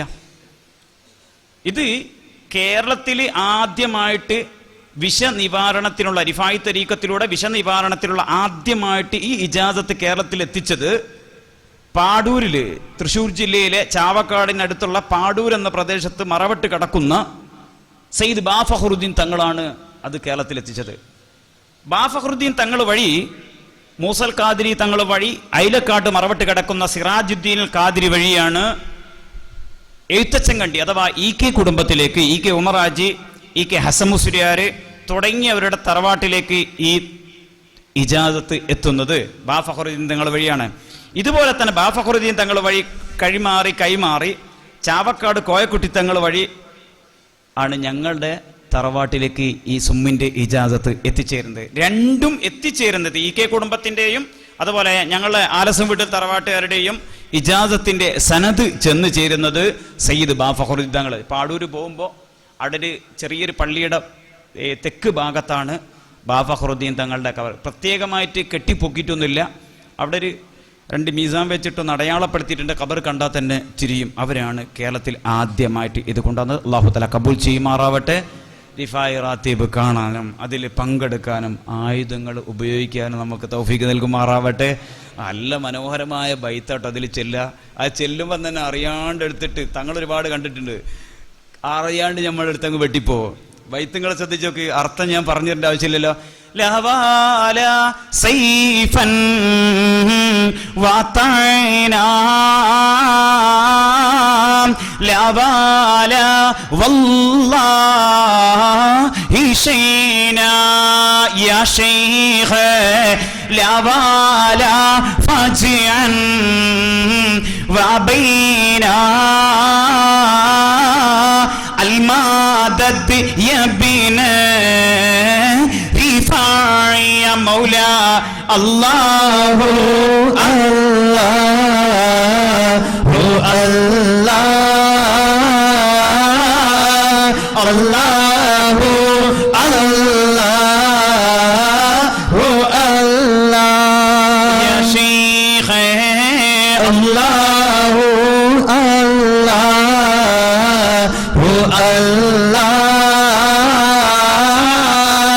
أحمد الكبير شيلا لا ولا سيفا وطعنا വാള് കത്തി തുടങ്ങിയ ആയുധങ്ങൾ ശരീരത്തിലേക്ക് പ്രവേശിപ്പിക്കുമ്പോൾ വത്തഅന അറബിയിൽ ദബ്ബൂസ് എന്ന് പറയുന്ന, മലയാളത്തിൽ ഗദ എന്ന് പറയുന്ന ആയുധം എടുത്ത് വയറ്റിലേക്ക് കുത്തിയിറക്കുമ്പോൾ ലാ വലാ വല്ലാഹി ശൈനാ അതുപയോഗിക്കുന്നതിന്റെ കാരണത്താൽ ശരീരത്തിൽ മോശപ്പെട്ട ഒരു കല കാണുന്നില്ല. അപ്പൊ സംശയം ഉണ്ടാവും, വേദന ഉണ്ടാവോ, അല്ലെങ്കിൽ എന്തെങ്കിലും ഒരു ആന്റിബയോട്ടിക് കഴിച്ചിട്ടാണോ വരുന്നത്? ഇത് ഉപയോഗിക്കുന്ന ഞങ്ങളുടെ ഇടയിൽ വേദനയെ അനുഭവപ്പെടുന്നില്ല. ഞങ്ങളുടെ ഇടയിൽ വേദനയില്ല. അല്ലാത്ത ബിരിയാന്റെ ലാക്ക നമുക്ക് തങ്ങളെ ലാ അതാന്നല്ലേ, വേദന എന്ന സംഭവേ ഇല്ല. എന്തുകൊണ്ട്? അൽ മദദ് ഇബ്നു റിഫാ, ഇബ്നു റിഫാ എന്ന പേരിൽ പ്രസിദ്ധനായ ഷെയ്ഖ് റിഫായി തങ്ങള്. ഷെയ്ഖ് റിഫായി തങ്ങൾക്ക് അങ്ങനെയും ഒരു പേരുണ്ട്, ഇബ്നു റിഫാ. ഇബ്നു റിഫാ എന്ന പേരിൽ പ്രസിദ്ധനായ ഷെയ്ഖ് റിഫായി തങ്ങളുടെ ഹുദൂരിയത്തുള്ള മജ്ലിസിൽ വെച്ച് ഇത്തരം ആയുധങ്ങൾ ഉപയോഗിക്കുമ്പോൾ വേദന അനുഭവപ്പെടുന്നില്ല എന്ന് മാത്രമല്ല, റബ്ബിന്റെ സഹായം പതിവായി കിട്ടുന്നുവെങ്കിൽ ആയുധം ഉപയോഗിക്കൽ ജായിസാണ്. ഇമാം ഇബ്നു ഹജർ ഹൈതമി റളിയല്ലാഹു തആല അൻഹു തന്റെ തുഹ്ഫയിൽ വ്യക്തമാക്കിയിട്ടുണ്ട്. പിന്നെന്താ കൈവെക്കുമ്പോഴത്തേക്ക് അവിടെ നിൽക്കുന്നത് പറഞ്ഞു തരാം. കൈവെക്കുമ്പോഴത്തേക്ക് ബ്ലഡ് നിൽക്കുന്നത് എന്താണെന്ന് പറയാം. ആ കൈയുണ്ടല്ലോ, ലോകത്തിന്റെ ഒരുപാട് ഭാഗത്ത് റിഫായി ഖലീഫമാരുണ്ട്, റിഫായി റാത്തീബ് നടത്തുന്നുണ്ട്. ആ റാത്തീബിന്റെ ഖലീഫമാരുടെ നേതൃത്വം നൽകുന്ന ആളുകളുടെ കൈയിന്റെ പരമ്പരയുണ്ടല്ലോ, അത് ചെന്നു ചേരുന്നത് ഷെയ്ഖ് അഹ്മദുൽ കബീർ റിഫായി ഖദ്ദസല്ലാഹു തആല സിറൽ അസീസ്. എന്താണ് കൈക്ക് വല്ല പ്രത്യേകതയുണ്ടോ? ഉണ്ട്. ഒരിക്കൽ കൂഫാക്ക് സമീപമുള്ള ഉമ്മു അബീദ ഗ്രാമപ്രദേശത്ത് അവിടുത്തെ പള്ളിയുടെ പൂമുഖത്തിരുന്നു കൊണ്ട് ഷെയ്ഖ് റിഫായി തങ്ങൾ തക്ബീർ ചൊല്ലാൻ തുടങ്ങി. അല്ലാഹു അക്ബർ, അല്ലാഹു അക്ബർ, അല്ലാഹു അക്ബർ. ഈ ചരിത്രം ഷെയ്ഖ് മുഅ്മിൻ തങ്ങൾ തന്റെ നൂറുൽ അബ്സാറിന്റെ അവസാന ഭാഗത്തല്ല കിതാബുൽ അർബഅ എന്ന് ഹെഡ്ലൈൻ ചെയ്ത് കൊടുത്തിട്ടുണ്ട്. ലമ്മാ ഹജ്ജ ഫവഖഫ ഫീ റൗളത്തിൽ മുബാറക ഫഅംഷദ. ഷെയ്ഖ് റിഫായി തങ്ങൾ ഹജ്ജിന് പോയ സന്ദർഭം വിശദീകരിക്കുന്നുണ്ട്. ഹജ്ജിന് കഴിഞ്ഞു 400ഓളം വരുന്ന ശിഷ്യസമേതം ഹബീബുനാ റസൂലുള്ളാഹി സ്വല്ലല്ലാഹു അലൈഹി വസല്ലമ തങ്ങളുടെ മദീനയിലേക്ക് പോവുകയാണ്. റൗള കണ്ടപാട് ഷെയ്ഖ് റിഫായി തങ്ങൾക്ക് നിയന്ത്രണം വിട്ടുപോയി. അവിടെ മുറ്റുകുത്തിയിരുന്നു കൊണ്ട് ചെല്ലാൻ തുടങ്ങി. ഫിഹാലത്തിൽ ബുദിറു ഹികും തുർസിലുഹാ തുഖബ്ബിലുൽ അർളൻ വഹിയ നായിബതി ഫഹാദിഹി നൗബത്തുൽ അശ്ബാഹി ഖദ് ഹളറത് ഫംദുദ് യമീനക കൈ തഹലാ ബിഹാ ശഫതി. എന്റെ ഹബീബേ, ഞാൻ എവിടെയാണെങ്കിലും ഏത് ദീർഘദൂര യാത്രയിലാണെങ്കിലും എന്റെ റൂഹിനെ റൗദയിലേക്ക് പറഞ്ഞേക്കാറുണ്ട്. പറഞ്ഞേക്കുക മാത്രമല്ല, തുഖബ്ബിലുൽ അർള അന്നി വഹിയ നായിബതി, എനിക്ക് പകരമായിട്ട് എന്റെ റൂഹുണ്ടല്ലോ റൗദയുടെ തിരുകോണുകളിലെല്ലാം തന്നെ ചുംബിക്കാറുണ്ട്. എന്നാൽ ഇപ്പൊ വന്നിട്ടുള്ളത് ഫഹാദിഹി നൗബത്തുൽ അശ്ബാഹി ഖദ് ഹളറത്, ഇപ്പൊ വന്നിട്ടുള്ളത് സാധുവായ റിഫായിയുടെ ആത്മാവ് ഉൾക്കൊള്ളുന്ന ശരീരവുമായിട്ട് ഇത് വന്നിരിക്കുന്നു. എനിക്കൊരു ഇജാസത്ത് കിട്ടണം. ഇവിടുന്ന് ക്ലാസ് കഴിഞ്ഞ് പോകുമ്പോ സനതെടുത്ത് പോകുമ്പോ ഉസ്താദുമാരോട് നമ്മൾ ദർസ് നടത്താനുള്ള ഇജാസത്ത് വാങ്ങാറുണ്ടല്ലോ. ആ ഇജാസത്ത് കിട്ടിയിക്കില്ലേ, അതിൻ്റെ എന്തെങ്കിലും ഒരു ന്യൂനത നമ്മുടെ ജീവിതത്തിൽ കണ്ടുകൊണ്ടിരിക്കും. അല്ലാഹു തആല കാത്തുരക്ഷിക്കുമാറാവട്ടെ. എന്തിനും എഴുത്തിന് ഇജാസത്തുണ്ട്, പ്രസംഗത്തിന് ഇജാസത്തുണ്ട്, എല്ലാത്തിനും ഇജാസത്തുണ്ട്. ഇജാസത്തില്ലാത്ത എന്താ ഉള്ളത്? റിഫായി ശൈഖ് തങ്ങൾ പറയാണ്, എനിക്ക് അവിടുന്ന് ഒരു ഇജാസത്ത് കിട്ടണം. ഫംദുദ് യമീനക കൈ തഹലാ ബിഹാ ശഫതി, അവിടുത്തെ കരമൊന്നെനിക്ക് നീട്ടിത്തരണം ഹബീബേ, അത് ചുംബിച്ചിട്ട് എന്റെ അധരങ്ങൾക്ക്, എന്റെ ചുണ്ടുകൾക്ക് ഭാഗ്യം കിട്ടണം ഹബീബേ എന്നൊരു അപേക്ഷ കവിതാ രൂപത്തിൽ സമർപ്പിക്കേണ്ട താമസം. ഫമദ്ദ റസൂലുള്ളാഹി സ്വല്ലല്ലാഹു അലൈഹി വസല്ലം യദഹുൽ മുബാറക, അള്ളാന്റെ ഹബീബ് അവിടുത്തെ ബറക്കത്താക്കപ്പെട്ട കരം നീട്ടിക്കൊടുക്കുകയും ഷെയ്ഖ് റിഫായി തങ്ങൾ ഇത് ചുംബിക്കുകയും ചെയ്തു.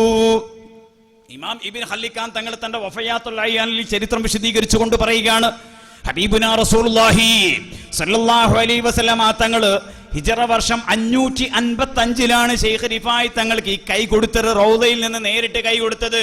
കൈ ഒരുപാട് ആളുകൾക്ക് കൊടുത്തിട്ടുണ്ട്. ഹൗസുലാദം തങ്ങൾക്ക് കൊടുത്തിട്ടുണ്ട്, അത് കശ്ഫിന്റെ ഭാഗത്തിലൂടെയാണ്. റിഫായി തങ്ങൾക്ക് കൊടുത്ത കൈ ആയിരക്കണക്കിന് ആളുകൾ അത് നഗ്നനേത്രങ്ങളെ കൊണ്ട് കണ്ടിട്ടുണ്ട്.